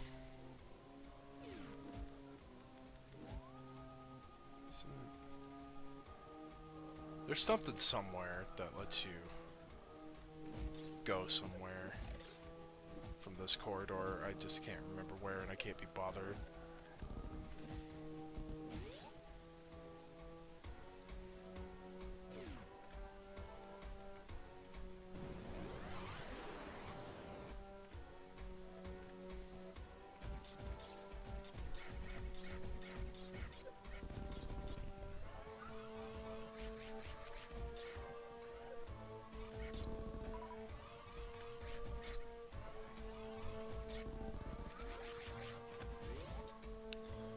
One of these I know is a save point. Yeah, no, that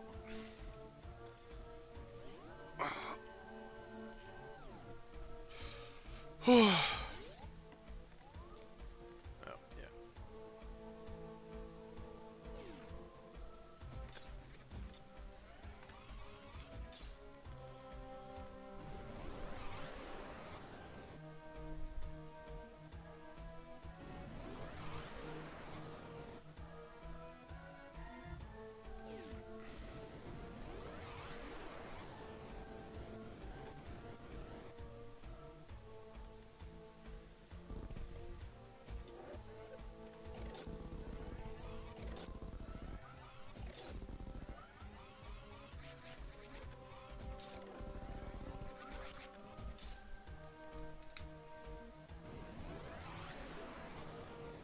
I love how you just have to like powerbomb the hell out of like everything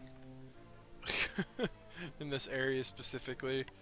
It's just like power bombs for days.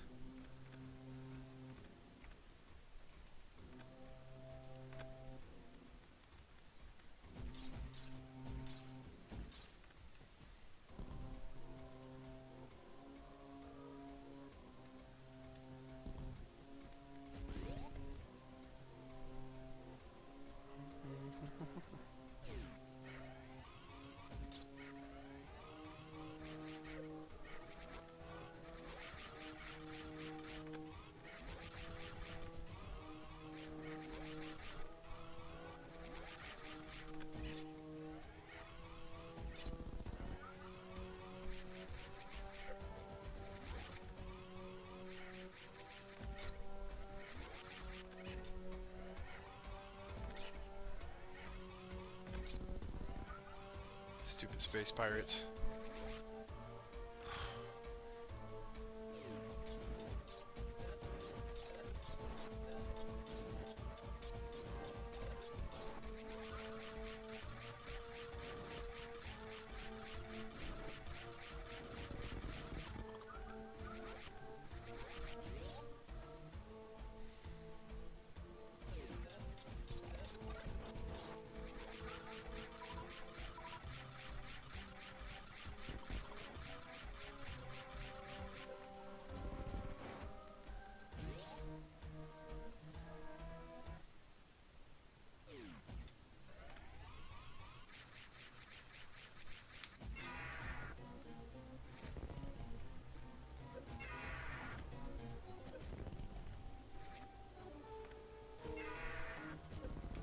Come down here, fool. I can't see you. I can't see me. Must be John Cena.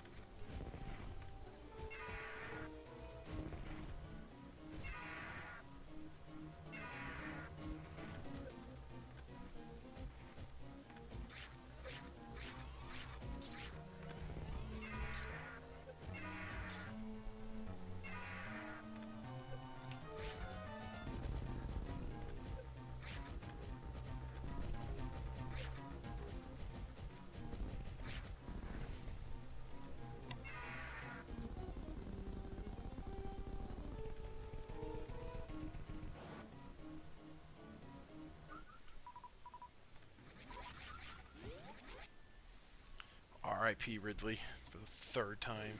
Or, no. Yeah. Third if you count Zero Mission as the first game. Second if you count just regular Metroid as the first game. Wait. Isn't there... Yeah, isn't there... There's a doorway this way, isn't there?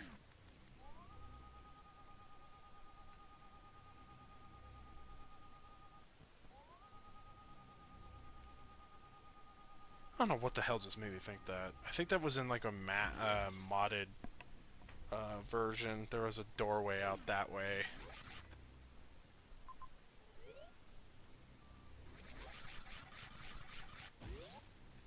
Though, for the life of me, I cannot remember what modification that was.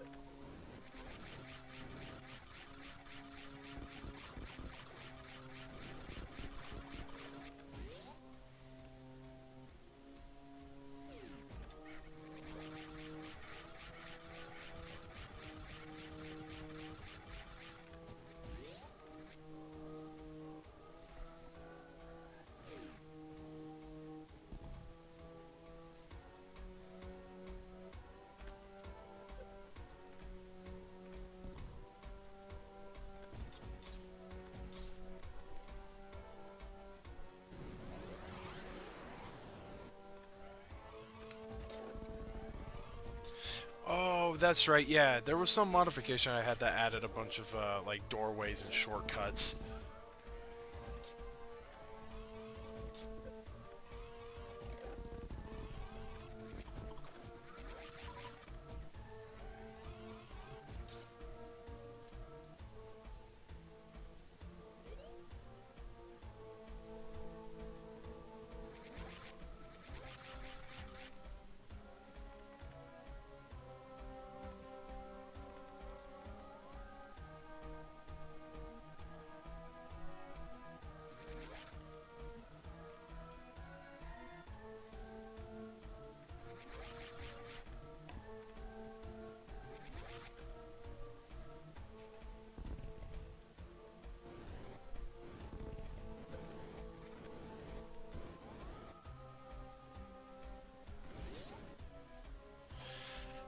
Now this is going to be me X-raying the ever-living shit out of everything in sight because I don't remember how to get back out of this place. I never do.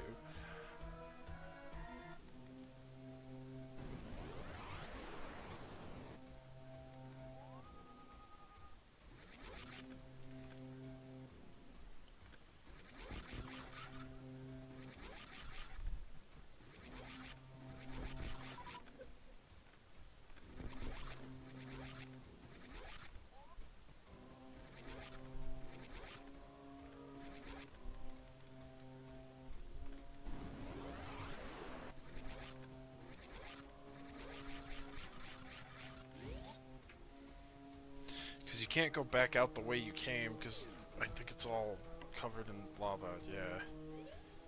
Somewhere...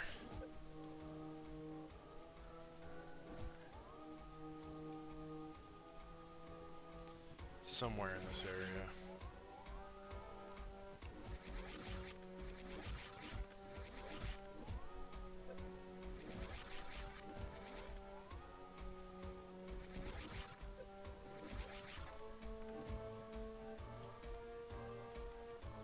Yep, I knew it was somewhere.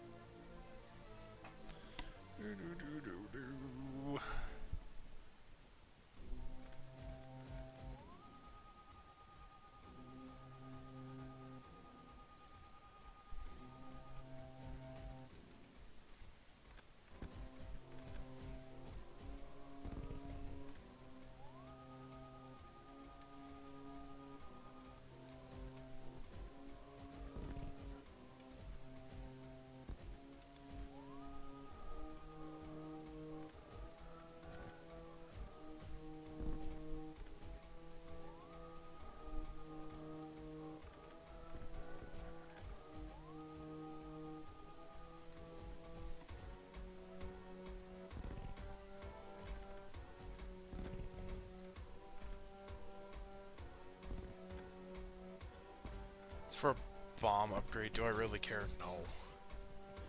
At least I know how to do it now.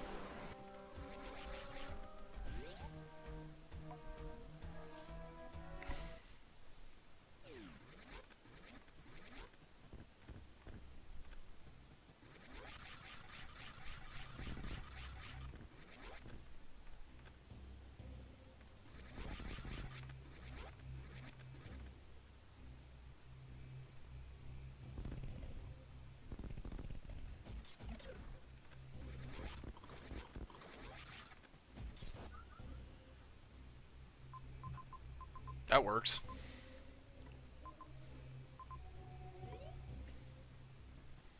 And what do you know? You can go get that thing I missed.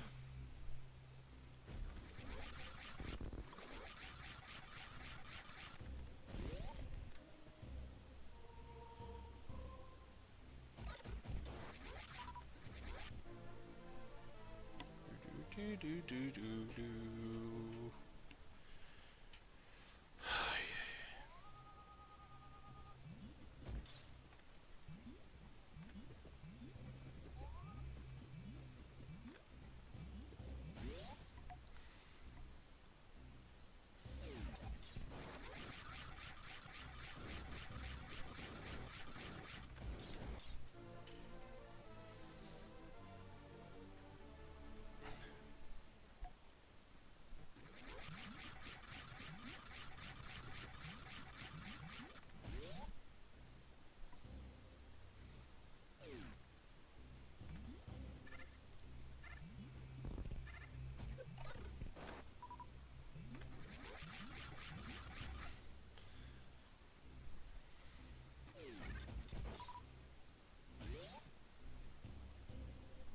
Might as well save it, as a just in case.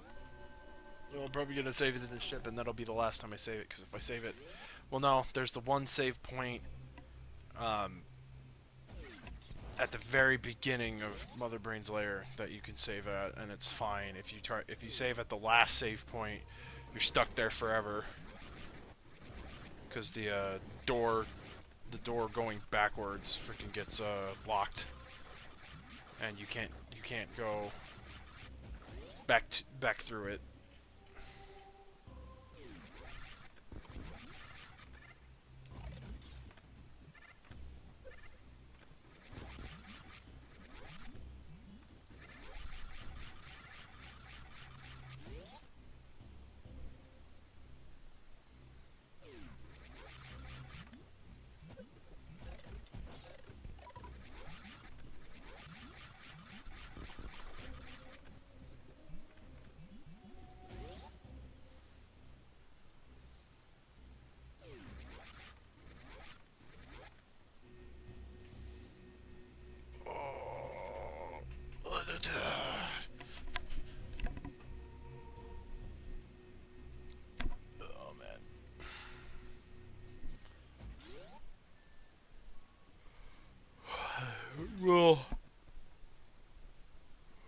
Fusion's gonna take a while. I mean, I'm almost done with this, so hopefully I'll be done with this by at least 7 my time. I'll hopefully be done before midnight. Frickin' Fusion. I don't know, like I said, there's one part in particular that always confuses me. For the rest of it, it's actually pretty straightforward.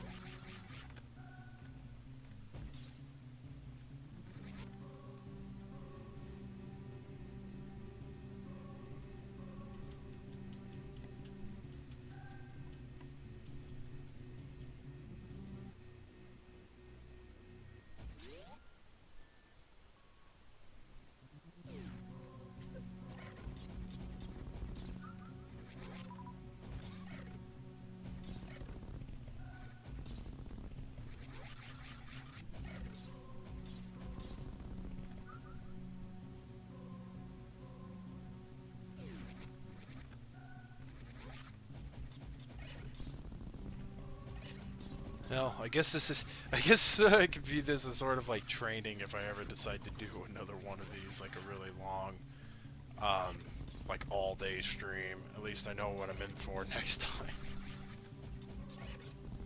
And hopefully, the next time, nothing goes wrong.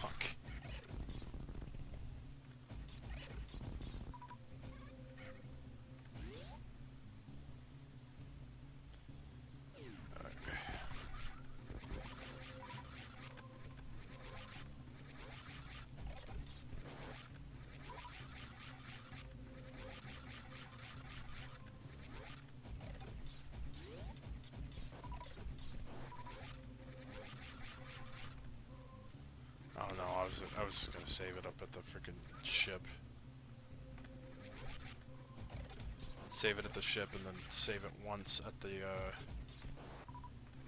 entrance to Torian.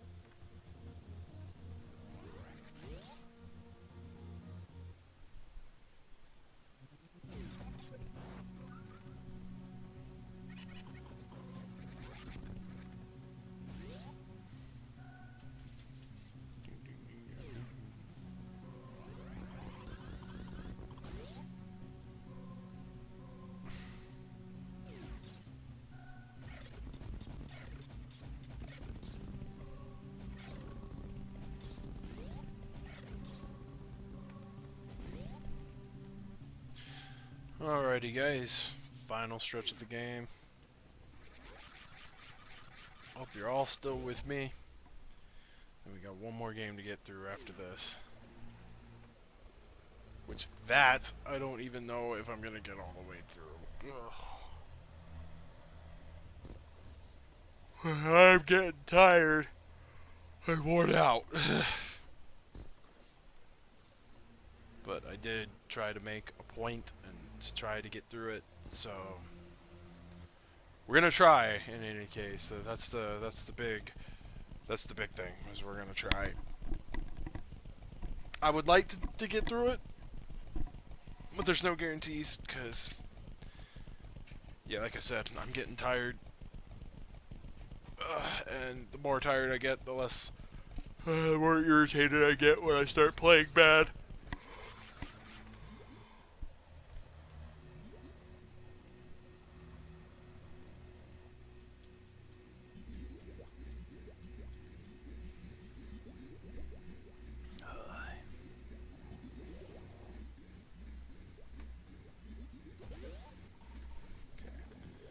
So save here, and then don't save again.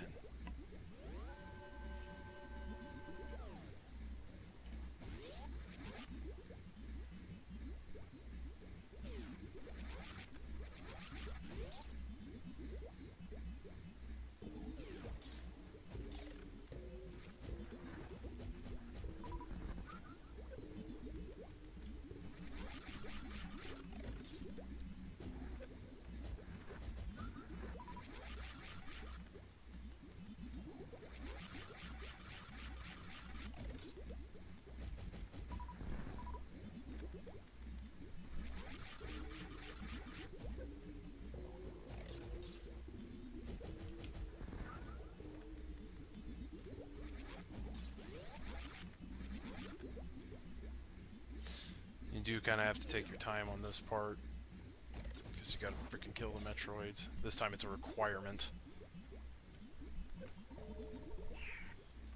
Oh hell. Let go.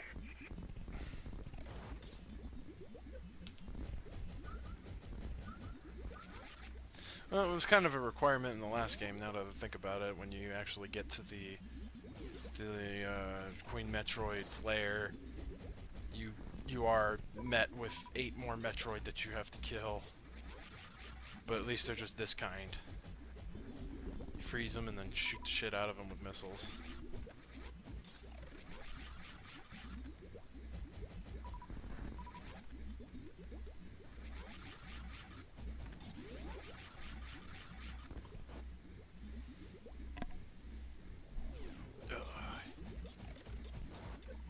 Damn it! Let go!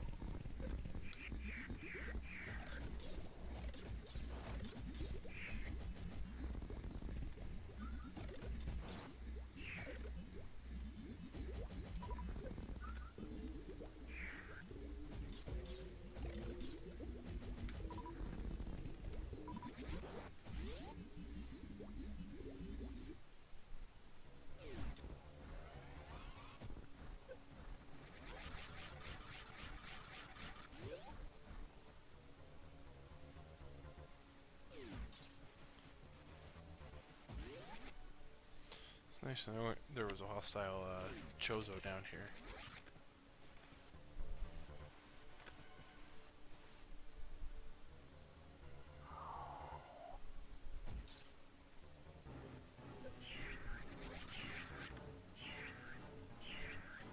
Okay, my first initial reaction, if I saw that, I'd freaking want to run.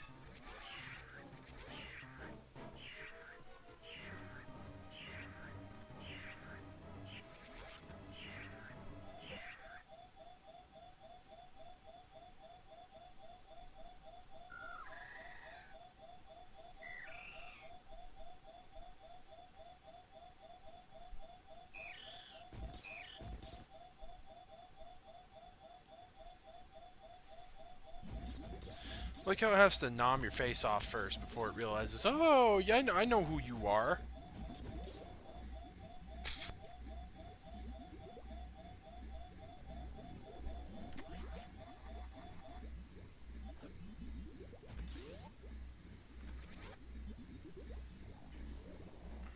Alrighty.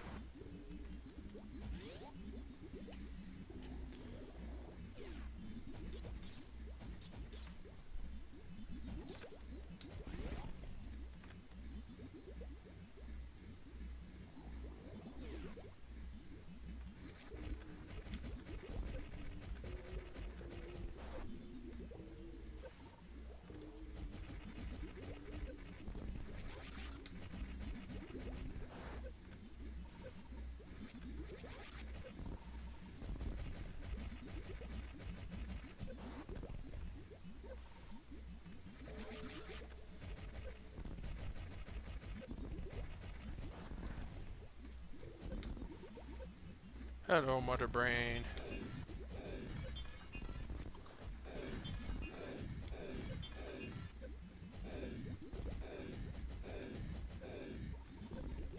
Got a freaking bone to pick with you.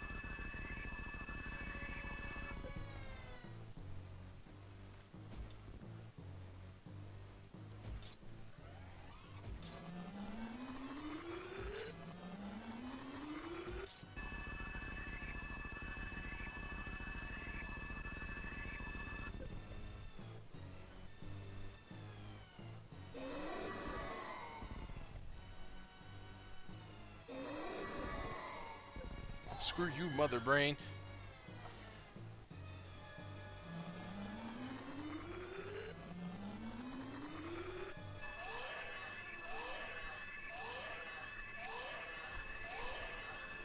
Freaking hitting me while I'm down. Punk ass.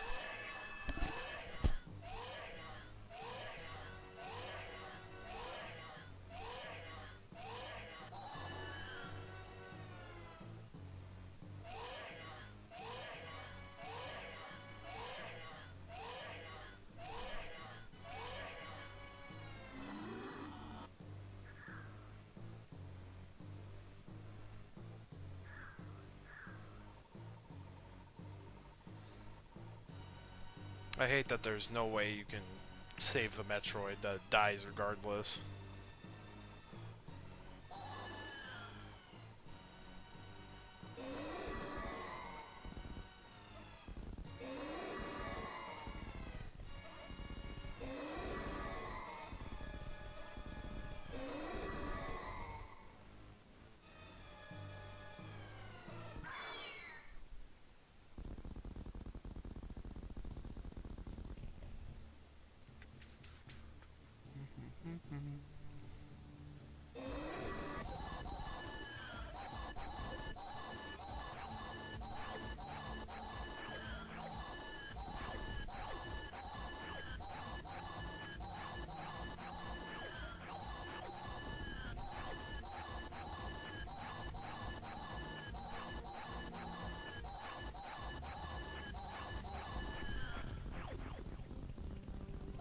That's gotta be like the biggest slap to the face. It's like, you tried to kill me with this move, and then I get it, and then I just use it against you.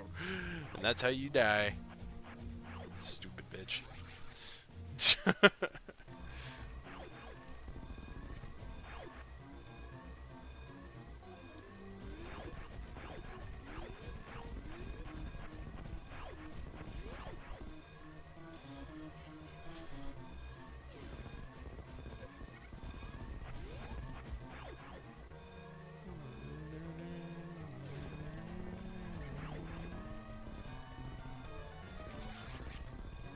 Ah, crap.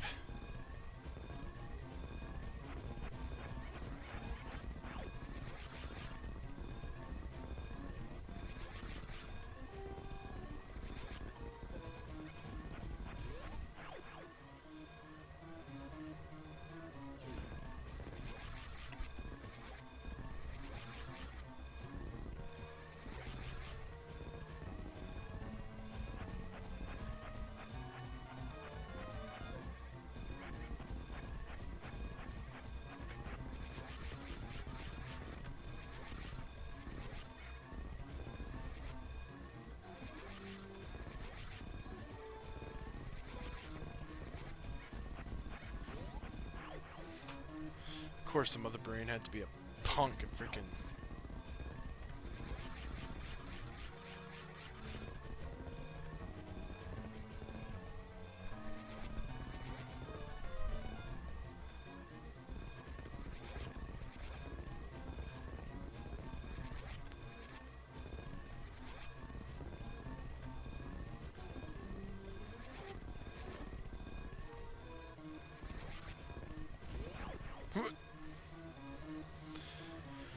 Okay. Yeah.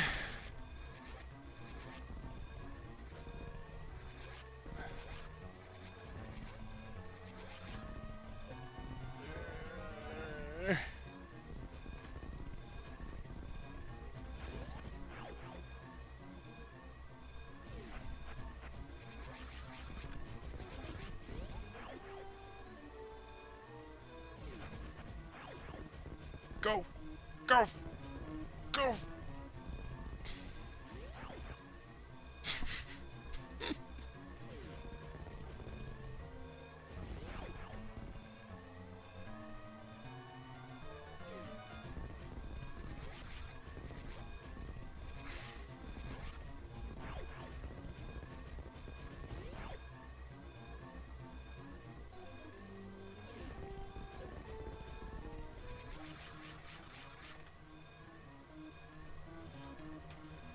Yeah, Samus, please. Get in the ship, Samus!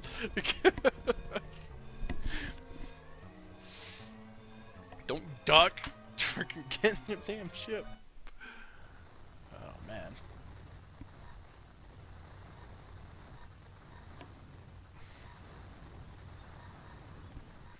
Bear Planet Jeebers. Hardly New Year. Even though there were 2 whole games centered around you and your existence.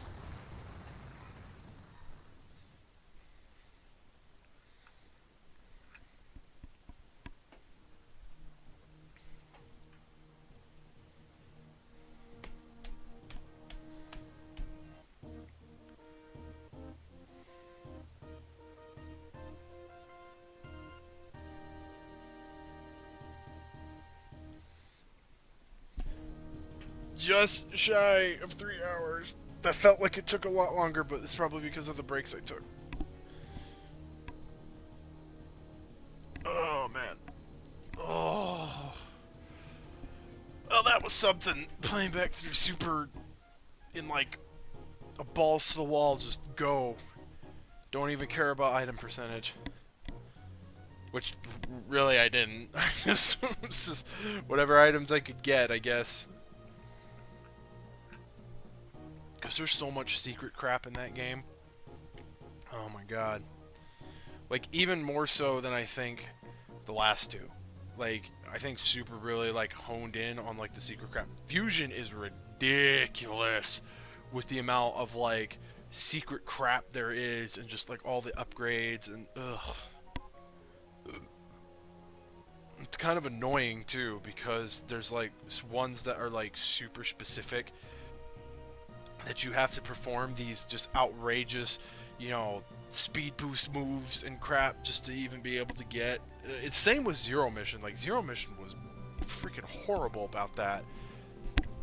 Oh, we're gonna freaking hide this item behind this wall that you have to freaking do like a speed booster thing, but you don't have enough stretch of land to do it, so you gotta like freaking do this like crazy thing where you have to open the door before and blah blah blah blah. And I'm just like, ugh. If I ever got 100% on that game, I'd freaking have to pat myself on the back. But half that crap I'd have to look up how to do, because I don't know how to do, like, half of it. But Fusion's just as bad. Like, there's just so much optional, like, passageways and areas and crap that you can go to that have, like, all these different upgrades. Most of which are unnecessary, because it's like, I doubt very seriously, you know, you need every single one of them. Obviously, you don't. You can beat pretty much every Metroid game without having every single upgrade.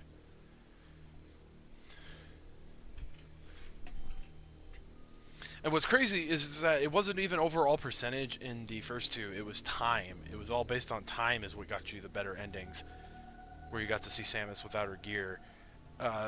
This one, I think it's time. It's a combination of time and percentage. And wow, or maybe it was just time because that's the first time. I'm not gonna lie, that's the first time out of all the times I've played Metroid, I've actually got to see that. I've never. I've always gotten the one where she just takes off her helmet. Maybe it's in Zero and Fusion that they changed it to where it's collection, item collection rate, and time. Something like that. Wow, I didn't actually get to think I was going to get to see that part. Wow, so cool treat for the stream, I guess. Not like you couldn't just look that up on YouTube, I guess, but alrighty, you guys. So that was Super Metroid. We've got one more game for the night, and hopefully I will complete it before midnight. That's kind of the goal in any case, but hope you guys are gonna stick with me. I've got Fusion to go through, and then that's it. So if you want to see a very sleepy, tired Daybreaker Rein play through Fusion and probably get irritated that he's doing horrible, then join me for the next part of the stream. But for the meantime, I'm going to go ahead and take a small break, cut the stream here, so that way it's its own separate entity, so that way I don't have to like break it up into parts or whatever. And yeah, I will see you guys momentarily. And I forgot that that's like that, so I gotta freaking do this.